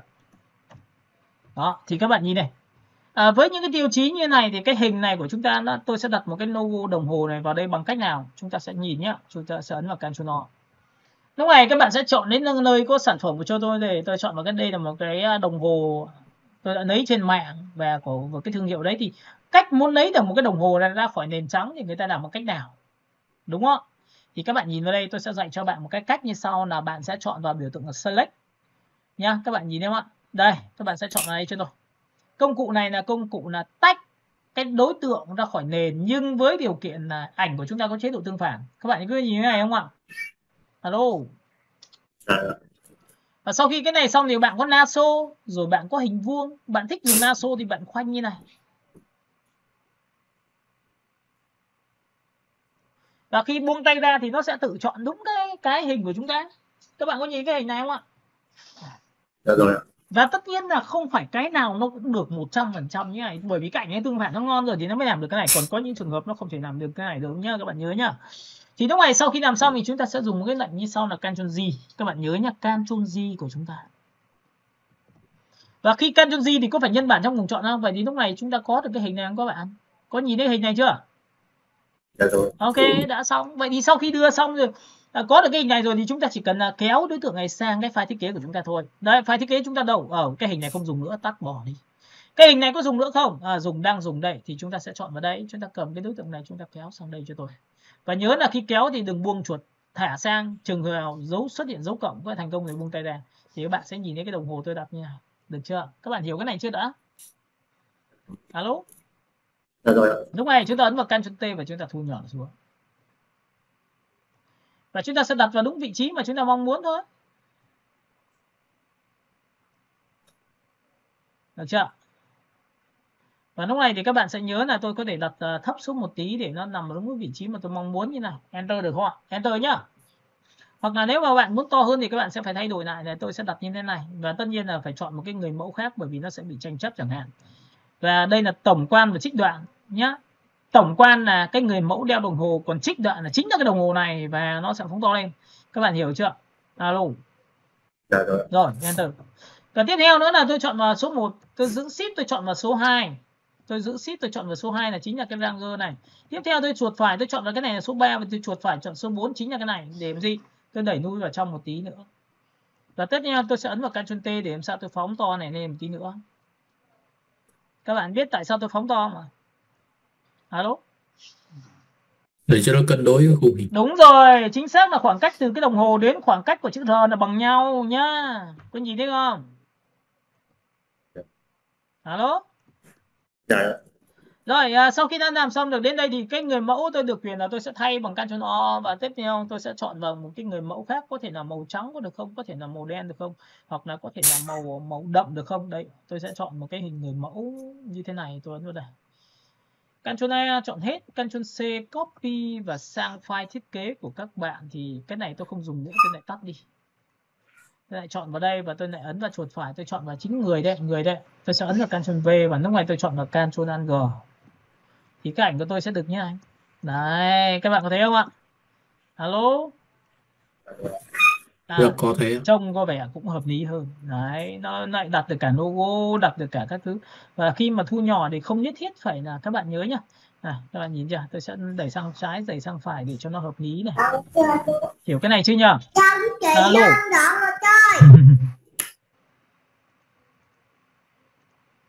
Ok, các bạn hiểu cái đoạn này chứ nhỉ? Cả nhà ơi.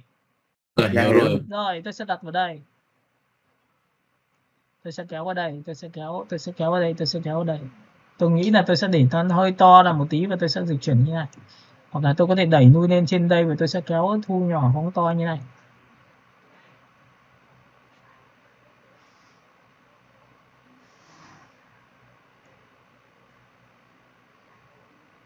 Ok, xong. Nhìn chưa? Rồi tiếp theo này, các bạn sẽ nhìn thấy là trong cái đồng hồ này của chúng ta nó có thể tạo ra một cái bóng của đồng hồ bằng cách như sau. Các bạn nhớ cho tôi nhé, nhìn này. Tại vì đồng hồ cũng là đối tượng nên là chúng ta sẽ chuột phải thẳng vào đối tượng đó và giữ phím man rồi chúng ta copy ra. Các bạn có nhìn thấy cái này của tôi không ạ? Alo? Dạ thấy. Rồi, vậy thì sau khi đã có đồng hồ xong này thì chúng ta sẽ làm một cách nào? Chúng ta sẽ khóa nền lại và chúng ta đổ một cái màu tên là màu trắng. Thì có phải nó sẽ đổ màu như này không các bạn? Dạ. Đúng chưa? Bởi vì nó chỉ đổ vào đối tượng thôi, còn cái background nó không đối tượng nữa. Rồi ok, lúc này sau khi làm xong chúng ta lại mở cái nền ra. Để làm gì? Chúng ta sẽ có một cái thuộc tính như sau. Nào, các bạn sẽ nhìn thấy là lúc này tôi sẽ mở cái biểu tượng khóa nền ra, tôi sẽ chọn vào filter, tôi chọn vào blur và tôi chọn vào Gaussian blur thì cái đối tượng này nhòe ra. Các bạn có nhìn thấy nhòe ra không ạ? Alo? Alo? Dạ thấy rồi. Và lúc này sau khi làm xong này thì chúng ta sẽ làm sao? Chúng ta đặt thẳng vào vị trí này và chúng ta sẽ làm cho nó đằng sau bằng Ctrl ngoặc vuông bên tay trái. Thì các bạn sẽ nhìn thấy cái đồng hồ tôi phát sáng mà. Có thấy. Ok, đã xong. Rồi cũng tương tự như vậy với những cái biểu tượng chữ thì tôi có thể làm được không? Thì các bạn nhìn lại, đây là chữ. Tôi muốn rằng chữ sáng và đặt trên nền sáng như này thì làm cách nào bây giờ? Thì tôi giữ phím man, tôi lại copy ra hai chữ. Và chữ này thì tôi muốn làm cho nó biến thành đối tượng thường để tôi cũng dùng thao tác đổ một cái màu nó đậm hơn, tôi cho nó nhòe ra có được không? Thì các bạn nhìn này, để muốn chữ trở thành đối tượng thường, chúng ta chuột phải vào cái chữ đó và chúng ta chọn vào biểu tượng là raster right time. Các bạn nhìn thấy raster right time chưa? Alo? Rồi ạ. Dạ thấy. Và sau khi đã chọn xong này thì xong là đối tượng thường rồi thì chúng ta sẽ làm sao lại khóa nền và tôi chọn vào y ngắn. Tôi chọn đúng cái màu ở khu vực đó là màu đậm và tôi đổ màu cho nó bằng Android. Các bạn có nhìn thấy cái màu này của tôi chưa? Alo? Dạ thấy. Rồi, sau khi đã có màu này xong tôi sẽ chọn vào filter, tôi chọn vào blur và tôi chọn vào Gaussian blur thì lúc này tôi sẽ kéo đây nó nhòe. Đấy, ví dụ như không nhòe, lý do tại sao? Bởi vì chúng ta bị khóa nền rồi. Các bạn thấy không? Mở cái nền ra. Chúng ta chọn vào filter, chúng ta chọn vào blur và chúng ta chọn vào Gaussian blur. Và cái này nó nhòe quá, tôi chỉ cho nó nhòe ít thôi, được chưa? Cả lớp mình nhìn thấy cái này chưa ạ? Được rồi ạ. Rồi, sau khi đã làm xong thì chúng ta sẽ đặt thẳng vào trực tiếp từ đây vào đây và chúng ta sẽ cho nó xuống dưới một lớp bằng Ctrl ngoặc vuông bên tay trái. Xuống dưới một lớp rồi. Vậy thì cái này muốn đậm hơn thì các bạn nhớ cho tôi một cái lệnh là nếu muốn đậm hơn mà ăn sâu vào cái nền của đối tượng thì chúng ta sẽ chọn vào layer đó và chọn thuộc tính multi, chính là làm đậm màu. Các bạn có nhìn thấy cái chữ của tôi chưa? Alo? Dạ thấy rồi ạ. Ok. Thấy. Hiểu cái này chưa? Dạ hiểu rồi. Rồi, vậy thì cũng tương tự như vậy thì với cái chữ này thì tôi có thể làm cho nó phát sáng được không? Ok, thì lúc này tôi lại quay trở về giữ gì ạ? Người ta sẽ có một cái lệnh nữa là để muốn tạo ra một cái hình giống như cái này, người ta giữ phím Ctrl và quay trở lại vùng chọn cho đối tượng. Giữ Ctrl và ấn vào biểu tượng ảnh thu nhỏ, chính là cái này khung này, tiếp vào đây. Đấy, các bạn nhìn chưa? Và tất nhiên sau khi làm xong này tôi lập ra một layer mới và tôi đổ một cái màu sáng cho các bạn y ngắn. chọn vào màu trắng thôi, tôi đổ màu. Và sau khi đã có màu trắng xong thì tôi sẽ làm nhòe màu đi bằng lệnh gì? Filter. Chọn vào blur và chọn vào Gaussian blur. Thì bạn sẽ thấy nó nhòe ra. Và nhòe đấy, mức độ nào đấy là việc của các bạn thì chợ. Và lúc này bạn chỉ cần cho cái đối tượng này xuống dưới một lớp thôi.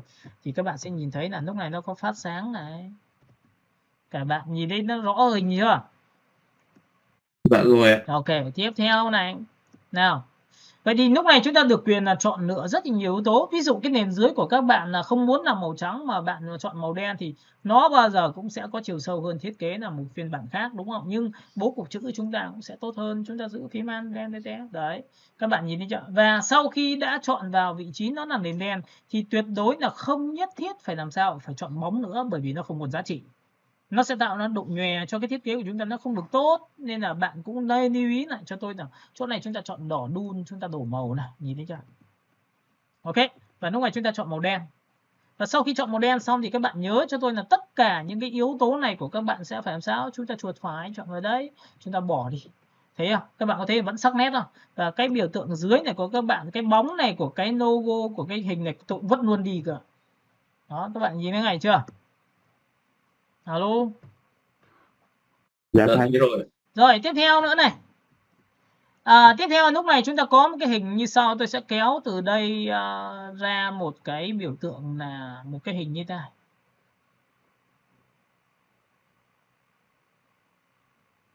Rồi, sau khi làm xong thì tôi sẽ lập ra một layer mới. Và tôi sẽ đổ một cái màu mới cho bạn bằng cách là tôi sẽ đổ một cái màu đỏ. Và sau khi đã có màu đỏ xong thì chúng ta sẽ dùng một cái phương pháp như sau là tôi dùng cái công cụ M và tôi quét vào đây. Tại sao phải quét vào đây? Bởi vì làm sao? Lúc này tôi sẽ chọn vào thuộc tính là thay đổi cái vùng chọn bằng cách là M. Chuột phải chọn vào Transform Selection. Các bạn có nhìn thấy cái Transform Selection này của tôi không ạ? Dạ có. Rồi, Transform Selection là thay đổi kích thước của vùng chọn và nó được quyền xoay vùng chọn. Đấy, giữ shift chúng ta sẽ xoay như này. Được chưa? Và sau khi xoay xong thì tôi sẽ làm sao? Tôi sẽ dùng cái công cụ M này nhá. Các bạn nhớ nhá. Được không? Là chúng ta sẽ dịch chuyển lại nào. Nào dịch chuyển cái hình này. Các bạn có nhìn hình này tôi cắt nhảy không ạ? Ví dụ trong hình này tôi sẽ chọn vào đúng cái miếng màu đỏ. Tôi đang chọn miếng màu đỏ tôi xóa như này thì có phải được nhảy không ạ? Các bạn hiểu cái này của tôi chưa nhỉ? Dạ rồi. Sau đó thì tôi sẽ dùng cái công cụ M tiếp theo tôi lại dịch chuyển xuống phía dưới thì như này thì tôi sẽ xóa được như này được không ạ các bạn? Nó hơi thủ công nhưng mà đầu tiên là chúng ta chưa biết gì về nhiều thì chúng ta sẽ phải làm từng bước này. Đấy, các bạn có nhìn hình này của tôi chưa? Rồi, sau khi đã làm xong cái hình này thì chúng ta sẽ dùng cái công cụ M chúng ta quét qua phần phía giữa nó. Đây là phần giống nhau. Tôi ấn vào Ctrl T và tôi thay đổi giữ shift tôi kéo dài như này được không các bạn? Alo? được. Enter. Và Ctrl D thì các bạn có thấy một cái đây là tôi có một cái miếng này không ạ? Thì sau khi tôi đã có một cái miếng xong như này thì tôi sẽ cần làm một thao tác như sau. Tôi giữ phím Alt, tôi copy này thành 2 và tôi ấn vào Ctrl T. Thì Ctrl T nó có một lệnh là lật đối xứng lại bằng cách như sau là chuột phải chọn vào Fit Horizon chính là lật đối xứng lại. Thì các bạn có thấy là tôi có hai cái đầu giống nhau. Alo? Dạ có thấy. Đấy, thì lúc này cái chữ 300 này của các bạn tôi sẽ đặt phía trên cho nên trên tất cả, và cái chữ này thì của tôi sẽ là màu trắng. Ok, các bạn hiểu cái này của tôi chưa nhỉ?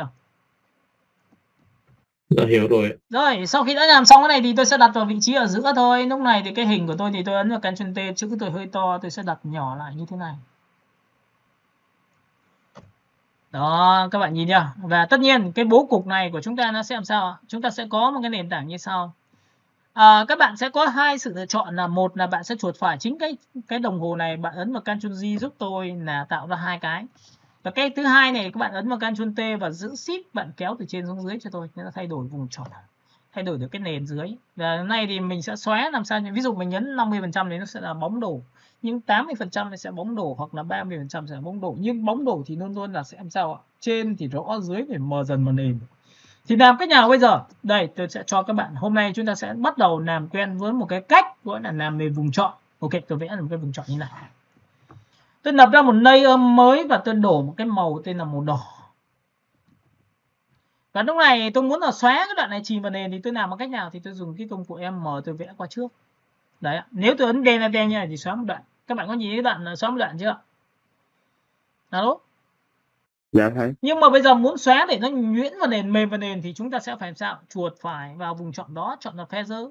Nhìn đi, feather chưa? Feather chính là mềm vùng chọn. Và sau khi chọn làm mềm vùng chọn xong, bạn ấn này cho tôi và bạn chọn vào cho tôi là 20. Có nghĩa là cái mềm này càng lớn thì chúng ta sẽ càng nhòe vào nền. Nên các bạn chọn 20 trước cho tôi. Và tôi xóa như này. Các bạn có thấy nó mềm vào nền chưa? Alo. Dạ thế rồi. Ok, nhưng mà 20 tôi thấy chưa đủ nên là tôi lại chọn vào chuột phải, tôi lại chọn vào feather, tôi phải chọn đến 50 cơ. Và lúc này các bạn ấn vào delete thì các bạn sẽ nhìn thấy là lúc này đã chuyển lên vào nền như này đấy. Có nhìn cái này chưa? Alo. Dạ Dạ thấy. Rồi xóa đi. Tiếp theo, vậy thì cái này của tôi thì tôi cũng tương tự như vậy, nó coi như cái miếng này là miếng đỏ phía trên, tôi sẽ dùng cái công cụ tôi quét qua một nửa phần phía dưới nha. Và tất nhiên tôi ấn delete thì nó sẽ xóa rất cứng, nhưng tôi sẽ làm mềm vùng chọn trước khi xóa thì tôi sẽ rồi chọn vào feather như này, chuột phải vào vùng chọn này và tôi đặt là khoảng 30 và sau đó thì ấn xóa nhanh. Các bạn có thấy là cái biểu tượng bóng đổ của cái đồng hồ nó sẽ chìm vào nền chưa? Alo. Dạ thế rồi. Lúc này sau khi tôi chọn ra xong thì cái hình này nằm số 1, tôi giữ shift tôi chọn hình này số 2 và tôi kéo cái này xuống dưới một tí nữa để làm sao? Để làm sao cái biểu tượng chân của đối tượng đồng hồ nó bằng chân của cái chữ là số 3 này của các bạn, được không ạ? Alo. Alo. Dạ được. Rồi, vậy thì cái miếng màu như này của các bạn rồi miếng màu này của các bạn và hai cái này nếu không có gì thay đổi bạn có thể ấn vào Ctrl E. Ctrl E để làm gì? Ctrl E để làm gì? Để nó ép lại thành một. Và ép lại thành một thì bạn được quyền là dùng cái công cụ M, bạn quét qua vị trí dưới này của cái chữ này. Tôi dùng công cụ Shift F6 hoặc là chuột phải chọn vào feather cũng là giá trị mà của các bạn đang làm. Nhìn thấy feather chưa? Hay là chọn vào Select, chọn vào Modify và chọn vào Shift 6 là cũng là feather thì nó lại giống nhau. Và lúc này tôi chọn vào 20. Và tất nhiên sau khi chọn 20 tôi ấn xóa như này thì các bạn có nhìn thấy cái nút tôi nó sẽ tròn và không ạ? Alo. Có thấy này. Đó nha. Rồi. Vậy thì tôi xóa một lần thôi. Tôi để như này thì nó hơi có khối là được rồi. Và tiếp theo này. Cũng là cái công cụ vùng chọn đấy thì mình có thể được quyền là mình sẽ vẽ một cái nét như thế này được không?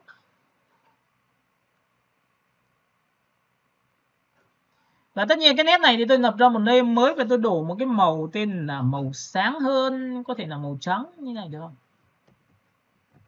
Được chưa? Các bạn có nhìn thấy màu trắng này của tôi không ạ? Nhìn cái nét màu trắng chưa? Dạ thấy. Tôi sẽ dùng cái công cụ M và tôi quét qua vị trí bên này, bên trái. Tôi dùng công cụ là chuột phải chọn vào feather. Và lúc này tôi chọn là 50. Thì lúc này tôi xóa này thì có phải đầu bên này nó sẽ chìm vào nền không các bạn? Alo? Nhìn cái nét này chìm vào nền chưa? Rồi bên này tôi tương tự như vậy, tôi quét qua bên này, tôi lại dùng Shift F chuột phải Shift F6 hoặc là chuột phải feather như này. Tôi lại chọn là 50 và tôi lại xóa tiếp bên này. Các bạn có thấy chìm vào nền chưa? Và xóa nhiều lần, delete nhiều lần thì các bạn có nhìn cái nét này của tôi nó sẽ có sự chuyên nghiệp không ạ? Ctrl Z lại. Các bạn nhìn này chưa? Đã nhìn thấy rồi. Ok. Tiếp theo sau khi đã làm xong được cái vị trí này thì các bạn đã thấy là tôi đã có một cái nền tảng là một cái poster theo kiểu mới và chúng ta sẽ chọn vào đây. Và cái này thì các bạn có thể được quyền là dùng một cái logo theo kiểu đúng phiên bản bằng cách là Ctrl O. Ctrl O để làm gì ạ? Chúng ta sẽ kéo xuống như này một tí và tôi sẽ chọn vào chính cái biểu tượng logo của chúng ta và Ctrl E chọn hết, Ctrl C copy và sang file thiết kế của các bạn thì Ctrl V. Thì cái này thì các bạn ấn vào Ctrl T như bình thường thôi và phóng thu nhỏ lại to quá. Mẫu cục chữ thì tôi đã tạo cho các bạn hai loại, căn trái và loại thứ hai là chúng ta sẽ biến đổi hình nhé. Các bạn có nhìn cái này chưa? Và chúng ta sẽ thu nhỏ ở đây. Được chưa? Và tất nhiên sau khi đã xong thì tôi chuột phải chọn vào chính cái logo của chúng ta phóng to này. Chúng ta sẽ làm chính xác hơn, chúng ta kéo vào đây, chúng ta sẽ chuột phải chọn vào chính cái logo và tôi sẽ xóa logo này đi. Được chưa? Vậy thì sau khi đã cân bố cục rồi thì chúng ta sẽ đặt cái này nuôi vào trong một tẹo nữa. Thì các bạn có rất nhiều sự lựa chọn là các bạn có thể chọn vào đây cho tôi và vẽ một cái biểu tượng như sau này, M chúng ta quét vào đây. Cả lớp mình nhìn cái phần này của tôi chứ nhỉ? Alo? Dạ thấy. Sau khi làm xong tôi lập ra một layer mới và tôi đổ một cái màu tên là màu trắng để cho nó rất là chính xác về cái logo của tôi. Và lúc này tôi ấn vào Ctrl T và tôi giữ phím Ctrl và tôi kéo xuống như này được không ạ? Alo? Rồi tiếp tục, sau khi đã làm xong cái logo xong thì tôi sẽ chuột phải chọn vào vị trí này, tôi ấn vào Ctrl T và cũng tương tự như vậy tôi sẽ kéo vào này. Được chưa? Rồi. Bây giờ tôi hỏi bạn nhé, tôi sẽ dùng cái công cụ M tôi quét qua cái vùng chọn. Sau khi quét qua vùng chọn thì tôi chuột phải, tôi chọn vào Transform Selection. Điều chỉnh vùng chọn đúng không? Ấn vào đây. Giữ phím Ctrl và tôi kéo dịch xuống theo chiều chéo như này được không các bạn? Alo? Dạ được. Rồi. Sau khi đã có xong cái này xong rồi tôi sẽ dùng một cái thao tác như sau này, tôi dùng công cụ là Shift F6 hoặc là chuột phải ve rơi như này được không ạ? Alo? Dạ được. Và lúc này các bạn sẽ chọn cho tôi là 30 50 như này. Ok, tôi xóa được như này các bạn. Và tất nhiên là trước khi xóa thì tôi phải chuột phải chọn vào đúng cái hình 13 của chúng ta là cái này. Tôi ấn vào Delete. Delete thì các bạn có thấy nó chìm vào nền chưa? Dạ thấy rồi. Rồi, tôi chuột phải, tôi lại chọn vào vị trí là M. M mới là chuột phải được nhé. Chuột phải tôi chọn vào Feather tiếp theo một lần nữa. Và lúc này tôi chọn là 60%. Thì lúc này tôi xóa như này thì có phải nó sẽ chìm vào nền như này không ạ? Thì lúc này cái logo của các bạn như này, nó sẽ chìm vào nền như thế này. Ok, 50 nhá, 60 nhá, hay là 80 nhá. Các bạn thấy không? Alo? Dạ có Thì thấy. lúc này các bạn sẽ nhìn thấy là tôi đã sắp xếp một cái poster cho một cái thương hiệu của đồng hồ nó được như thế này. Và đây cũng là một cái cách mà chúng ta làm thôi. Được không? Rồi, tiếp theo này. Cái biểu tượng này thì tôi sẽ nhấn nhé một tí cho cái đồng hồ của tôi có thể có rất nhiều cách, bằng cách như sau là bạn có thể vẽ một cái miếng vùng như miếng đệm như này và có chiều cao là sẽ bằng cái chiều cao của chữ. Sẽ kéo chữ đến đây được chưa? Và sau khi làm xong thì tôi sẽ lập ra một layer mới và tôi đổ một cái màu tên là màu đỏ cho các bạn. Y ngắn chỉ vào đây là màu đỏ. Ok. Và lúc này sau khi đã có màu đỏ xong thì các bạn có thấy là lúc này tôi sẽ đẩy lên trên một tí và tôi dịch chuyển sang trái một tí được không ạ? Cả lớp mình có nhìn cái này của tôi chưa? Dạ có nhìn Người ta thấy. gọi là kéo đỏ xuống dưới này, kéo đỏ sang đây này, nhìn thấy không ạ? Rồi. Tiếp theo này. Cái hình này các bạn có thấy nó bị nhòe vào nền không? Được chưa? Dạ có. Chúng ta có thể dùng cái công cụ M và tôi quét qua một tí ở chỗ bên tay trái này. Nếu tôi nhân bản lên thì cái điểm này nó đang là opacity 80%. Nếu tôi nhân bản thì có phải hai cái nét chồng đè vào nhau chỉ chỗ này không ạ? Các bạn nhìn chỗ này của tôi chứ nhỉ? Dạ rồi. Ấn vào Ctrl G thì các bạn sẽ nhìn thấy lúc này cái mép tôi là sáng hơn chưa? Các bạn có nhìn cái mép tôi sáng hơn không ạ? Dạ có thể bỏ. Đấy, và tôi bỏ ra cho các bạn xem nhé. Đây bản chất là nhân bản đúng chỗ này. Ok, vậy cũng tương tự như vậy tôi sẽ dùng công cụ M và tôi quét qua bên này được không các bạn? Đấy, người ta gọi là học thế nào, gọi là đúng nghĩa của việc là hiểu về công cụ là vì thế đấy. Đấy. Và tôi chuột phải vào vị trí là 13 và tôi lại ấn vào Ctrl G một lần nữa thì các bạn có thấy nó sáng bên này không ạ? Thì tất nhiên trông nó chỉnh chu hơn. Các bạn có thấy nó chỉnh chu hơn chưa? Dạ thấy rồi. Rồi, hiểu cái này chưa đã? Dạ hiểu rồi. Tất nhiên là bố cục thì còn nhiều nhé. Các bạn nhớ nhé. Và tất nhiên hôm nay tôi đã làm cho bạn hai bố cục và bố cục này khá là chỉnh chu. Tiếp theo, các bạn sẽ phóng to này một tí nữa. Đây ạ. Cái chữ này các bạn có đồng ý với tôi là chữ thì tôi có thể quay trở lại vùng chọn. Tôi sẽ nhắc kỹ cái này. Để muốn quay trở lại vùng chọn cho đối tượng, giữ phím Ctrl và tích vào ảnh thu nhỏ của nó. Các bạn có nhìn thấy không ạ? Alo? Nhìn thấy. Lúc này tôi lập ra một layer mới và tôi đổ một cái màu hơi là ghi một tẹo. Có nhìn thấy màu ghi đâu không ạ? Tôi sẽ đổ bằng Alt Delete thì các bạn có nhìn thấy đây nó sẽ có một cái màu ghi trên cái màu trắng này không ạ? Alo.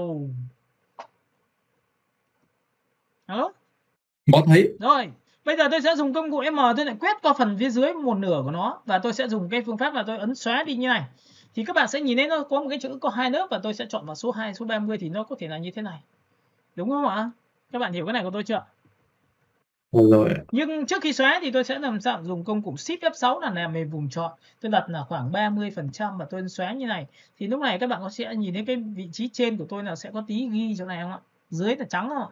Alo? Dạ có thế. Ok, vậy thì lúc này chúng ta lại muốn là dưới là đậm cơ. Ok, thì chúng ta sẽ đảo ngược lại công cụ vị trí tôi kéo từ dưới này lên trên. Shift F6 làm về vùng chọn, tôi đặt là 30 và tôi xóa như này. Thì có phải phía trên nó sáng và dưới thì nó sẽ làm sao? Hơi ghi không ạ các bạn?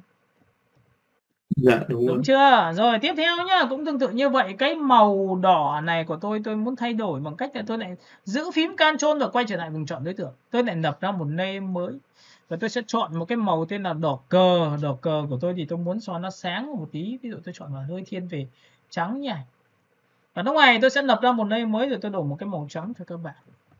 Thì sau khi có màu trắng xong tôi lại dùng công cụ M và tôi lại quét qua phần một nửa ở dưới. Tôi dùng công cụ Shift F6 tôi lại làm vùng chọn đặt như này 30% và tôi lại xóa đi như này được không? Các bạn có nhìn thấy nó hơi ánh đỏ một chút xíu như này không? Và lúc này chúng ta có thể chọn số 5, số 3. Alo. Hiểu cái này chưa? Dạ vâng. Hiểu rồi. Đó nha, thì nó có rất nhiều cái yếu tố để cho các bạn làm chuyên nghiệp hơn, nó sẽ tốt hơn cho các bạn, đúng không ạ? Rồi tiếp theo này. Sau khi đã làm xong được tổng quan toàn bộ đối tượng thì các bạn ấn F cho tôi để xem cái thiết kế poster của các bạn. Các bạn có nhìn cái này chưa? Alo? Có nhìn thấy rồi. Rồi, khá tốt rồi. Ổn rồi, bố cục ngon lành rồi. Bây giờ chúng ta sẽ đi đến phần chỉnh màu một tí cho nó tốt hơn nhá.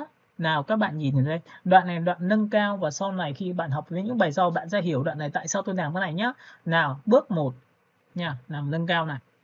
Bước 1 hãy chọn layer vào vị trí của người. Đây, người đây.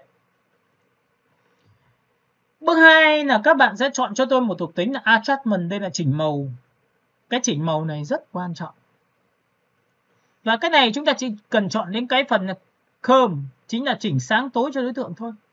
Và chỉnh sáng tối cho đối tượng thì chúng ta làm được cái gì? Chúng ta sẽ chỉnh được sáng tối, nhưng lúc này nó lại làm tiêu chí là tôi sẽ làm ánh sáng trên mặt của đối tượng nó tốt hơn nữa, chỉnh nó sâu hơn nữa thì có thể làm được không? Thì đây, bạn ấn vào đây cho tôi. Và sau khi ấn xong thì chúng ta sẽ tắt đi. Coi như bước số 2 đã hoàn thành. Bước số 3 là bạn sẽ chọn thuộc tính của cái phần chỉnh màu đấy, và bạn chọn được thuộc tính cho tôi là hòa trộn làm sáng ảnh. Nhớ nhé, làm sáng ảnh chính là cái này. Có nhìn thấy sáng hơn chưa? Alo. Alo. Dạ thấy. Rồi, sau khi đã chỉnh sáng xong rồi thì các bạn sẽ kết thúc ở bước 3. Đây là bước 3. Bước 4 là bạn sẽ chuột phải chọn là blending option cho tôi. Trong bảng blending option đấy thì cái biểu tượng chấm đen này nó sẽ tượng trưng cho màu đậm trên tấm ảnh của các bạn. Chỗ nào là màu đậm? Cổ này, râu này, rồi những cái vị trí hốc áo như này không ánh sáng vào thì màu đen. Trung gian là chúng ta là những cái chỗ màu như này, và sáng chính là trên gương mặt của chúng ta. Vậy thì nếu tôi muốn loại trừ những cái khu vực đó để tôi nhìn được cái nền dưới, tại vì tôi đang dùng lớp ảnh trên đè đấy, lớp ảnh dưới mà, thì tôi sẽ cầm lên tôi kéo đây, thì cái màu đen các bạn có nhìn thấy màu đen sẽ biến mất không? Alo, màu đen trên nó sẽ đi theo mặt này, nhìn thấy chưa? Mặt này, nhìn thấy mặt chưa? Mặt chưa? Nhìn thấy mặt chưa? Cả lớp mình nhìn cái phần này chưa? Dạ thấy. Thấy. Ok, và đến cái phần mặt của chúng ta bắt đầu là có cái ánh sáng chiếu lên cái mặt kia. Các bạn có nhìn chỗ này chưa ạ? Alo, đến cái phần má rồi thì bắt đầu các bạn mới tách cái biểu tượng, cái miếng màu được ghi này ra cho tôi làm 2 để nó chuyển êm vào nền, chuyển êm vào cái hình của các bạn đấy ạ. Các bạn có nhìn thấy cái tôi đọc được cái ánh sáng chiếu trên những cái chi tiết của vải không ạ? Nhìn thấy chưa? Nhìn thấy đang cứng không? Chúng ta giữ phím man, chúng ta tách cái này ra rồi nhá. Giữ phím man tách ra. Đây, giữ phím man. Chúng ta tách này ra.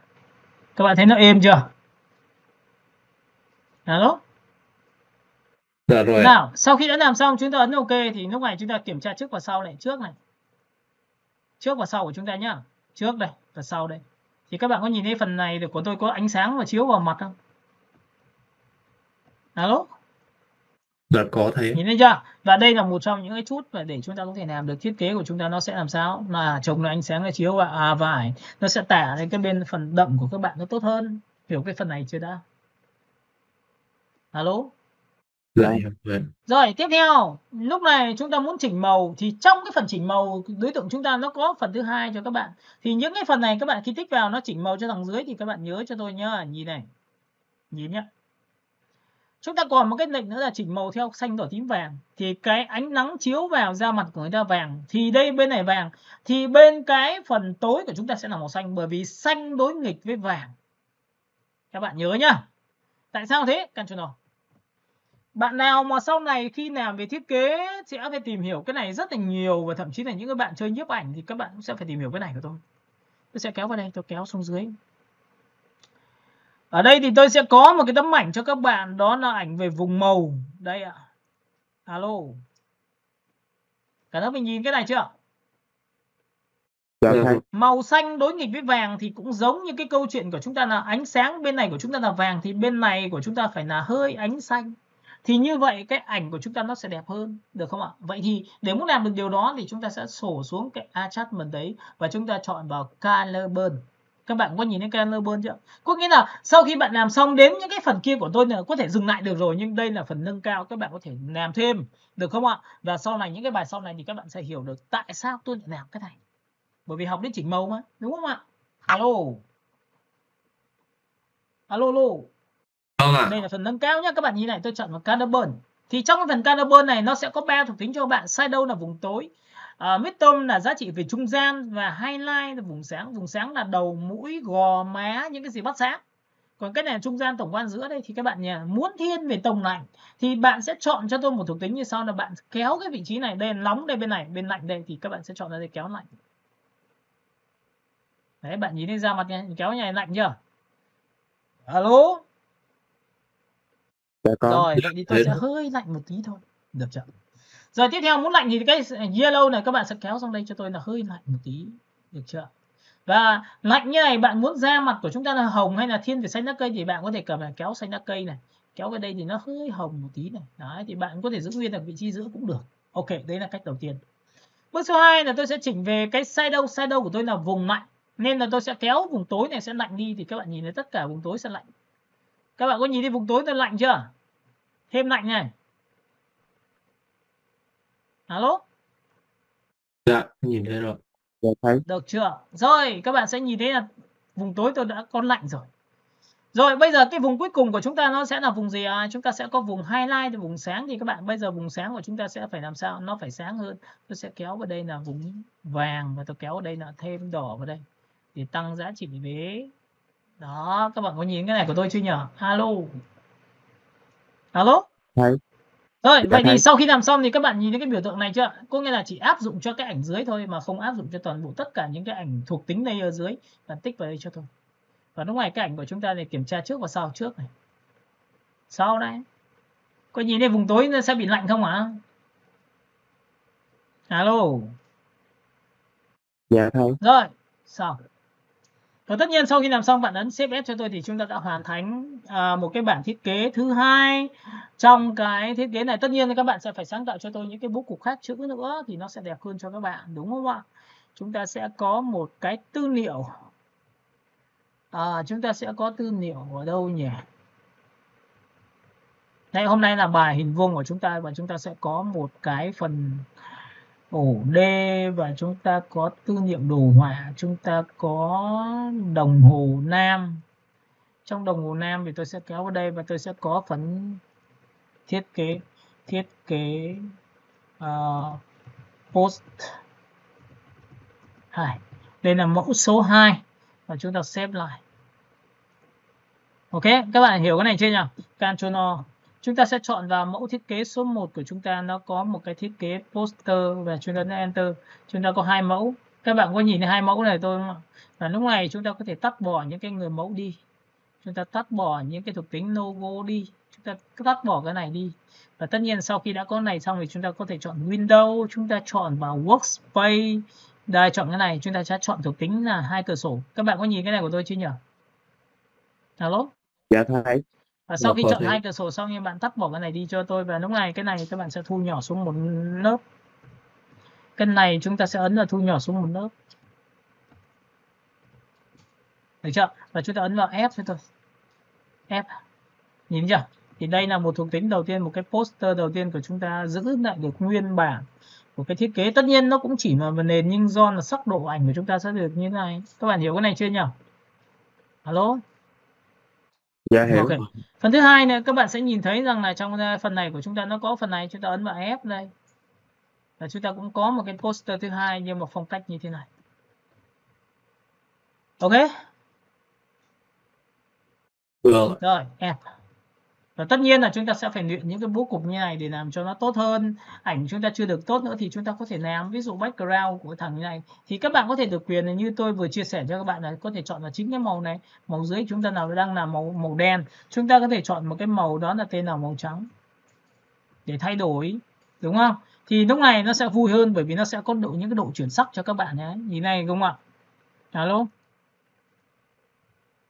Được có. Và tất nhiên là trong cái màu này của các bạn thì bạn có thể ấn vào Ctrl G lên lần thứ hai, và bạn có thể cho nó cái màu này, chúng ta có thể giảm bớt độ đi, ví dụ opacity nó sẽ nó sẽ sáng dần lên, sáng dần lên, sáng dần để thiên về màu ghi như này, thì các bạn sẽ nhìn thấy cái chữ chúng ta sẽ nhìn rất là dễ. Và tất nhiên là trong cái vân dễ đấy thì chúng ta phải làm cái bóng đổ của chúng ta như thế nào, đúng không ạ? Chúng ta sẽ phóng to đây.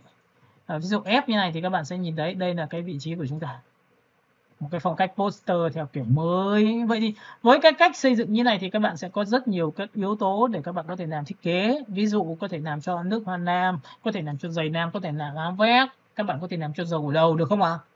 Alo. Dạ được. Rồi, phần thứ hai nữa là các bạn sẽ nhìn thấy là trong cái phần này tôi đã dạy phương pháp là cắt khỏi nền, đúng không? Đây là phương pháp cắt khỏi nền, nhưng nó chỉ tác dụng trên nền gì tương phản mạnh thôi, còn tương phản yếu thì chúng ta sẽ không làm được, đúng không ạ? Alo. Vâng ạ. Rồi, thì đây là một trong những cái bài hôm nay chúng ta đã học xong với bố cục hình vuông và với group của giá trị, đúng không ạ? Rồi, có bạn nào có khúc mắc và có câu hỏi nào cho mình không nhỉ, để mình hỗ trợ cho các bạn? Alo. Em thấy ơi, Nói đi. thế thầy cái phần blending option ấy, khi mà thầy bật lên ấy thì có cái phần là lớp ảnh dưới chìm vào lớp ảnh trên ấy. Cái đoạn đấy thì nói thật là em cũng chưa hiểu lắm về cái Thì đoạn đúng đấy rồi, ạ. như này nhá. Em phải để ý rằng là trong quá trình khi làm ấy, đây ép cái này nhá. Và chúng ta để cái này này. Ví dụ như vẽ ra một cái giải màu coi như là cái sắc độ đen trắng đi. Được không ạ? Alo. Đấy nha, giải thích cái này trước nhá. Ví dụ như là chúng ta chọn vào cái gradient và chúng ta kéo cái vị trí như thế này. Chọn một cái đen trắng này. Tại vì nha, để người ta gọi là nâng cao để cho nó đẹp hơn thì mình phải làm đấy nhá, đen chưa? Thì cái bình thường như này nhá, thì cái giải màu rồi em chuột phải em chọn vào blending option này. Thì đây là một cái lớp ảnh, em coi như lớp ảnh trên nó sẽ gồm có sắc độ đậm, trung gian và sáng, đúng chưa? Alo. Vâng. Thì lúc này cái màu đậm chỗ này này, nhìn chỗ này chưa? Chính là tượng trưng cho màu đậm. Cái này là tượng trưng cho trung gian ở giữa này. Cái nhìn thấy cái này không ạ? Và cái này sáng này. Nếu em kéo cái này thì có nghĩa là em nọc đậm. Thì có phải em nọc đậm thì có phải nhìn thấy cái lớp ảnh gốc ở dưới không? Alo. Vâng, em thấy thì rồi. Có phải là màu đen tôi trượt tiêu cái chỗ này, trượt tiêu màu ghi, trượt tiêu màu ghi, trượt tiêu màu ghi và chỉ lại lớp màu trắng à? Đúng chưa? Đúng rồi. Ok. Và cũng tương tự như vậy, tôi sẽ nọc trắng trước thì có phải tôi sẽ nọc như này không ạ? Vâng. Ok, xong. Bây giờ tôi hỏi bạn nhá. Bây giờ tôi xóa này đi. Nếu tôi có hai cái tấm ảnh này, tôi ấn vào Ctrl G được không ạ? Thì cái tấm ảnh này nếu tôi ấn vào, ví dụ tôi quy định cái này trở thành đen trắng cho bạn xem nhá, bằng Ctrl Shift U này. Thì các bạn có đồng ý với tôi là cái đậm, trung gian, sáng của chúng ta không phải theo một giải gradient nữa không ạ? Alo? Vâng. Mà cái màu đen của chúng ta nằm ở hốc cổ này, xong rồi chuyển giao đến trung gian này, đến sáng như này, có nhìn chỗ nào không ạ? Nhìn thấy chưa? Chỗ này là đậm này, chỗ này trung gian này, chỗ này sáng này. Sau đó lại có mũi của chúng ta là chỗ này sáng này, chỗ này trung gian này, chỗ này đậm này. Hiểu đoạn này không đã?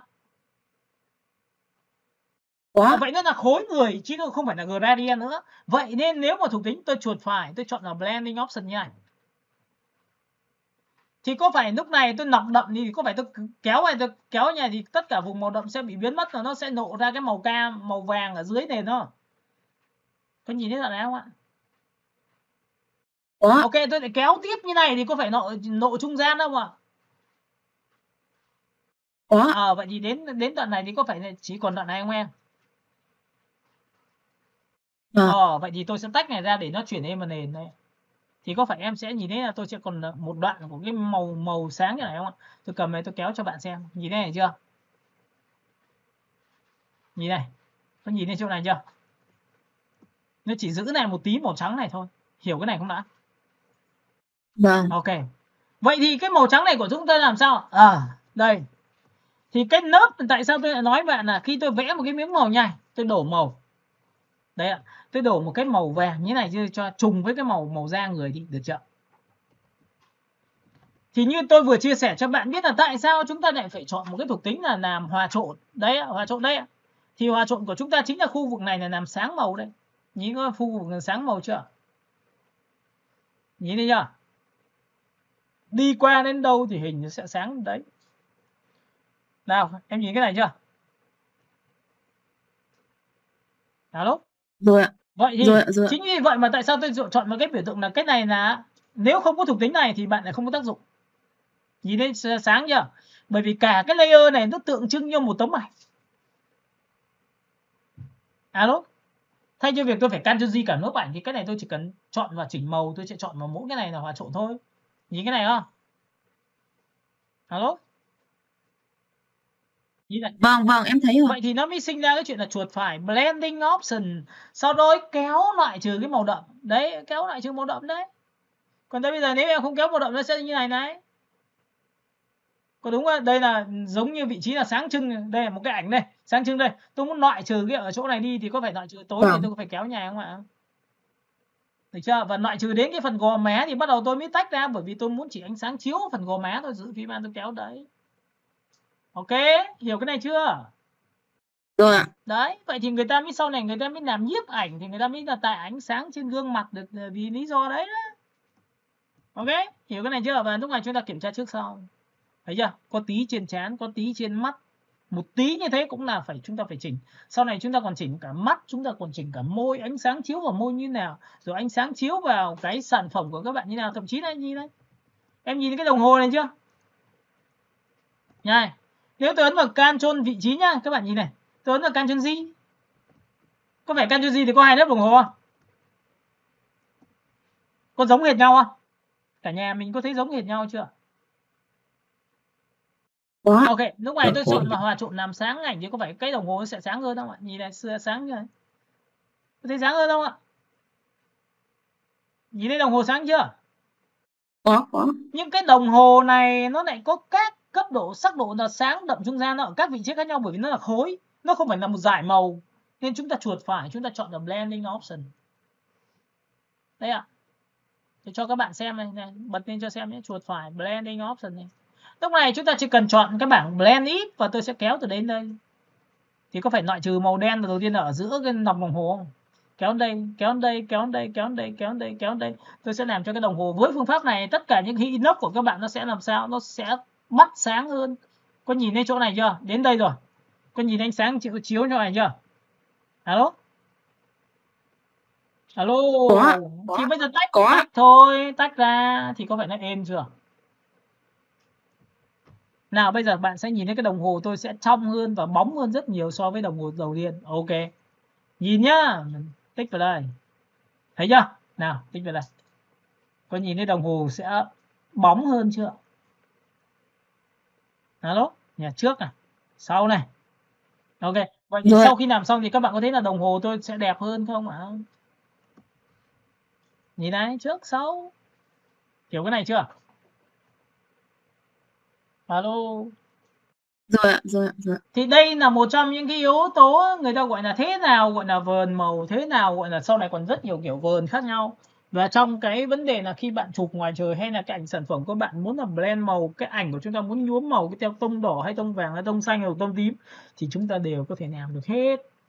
Bản thân thì chúng ta sẽ làm được hết tất cả những tiêu chí đấy, và để muốn tạo ra những cái màu lạ thì chúng ta sẽ phải làm như vậy.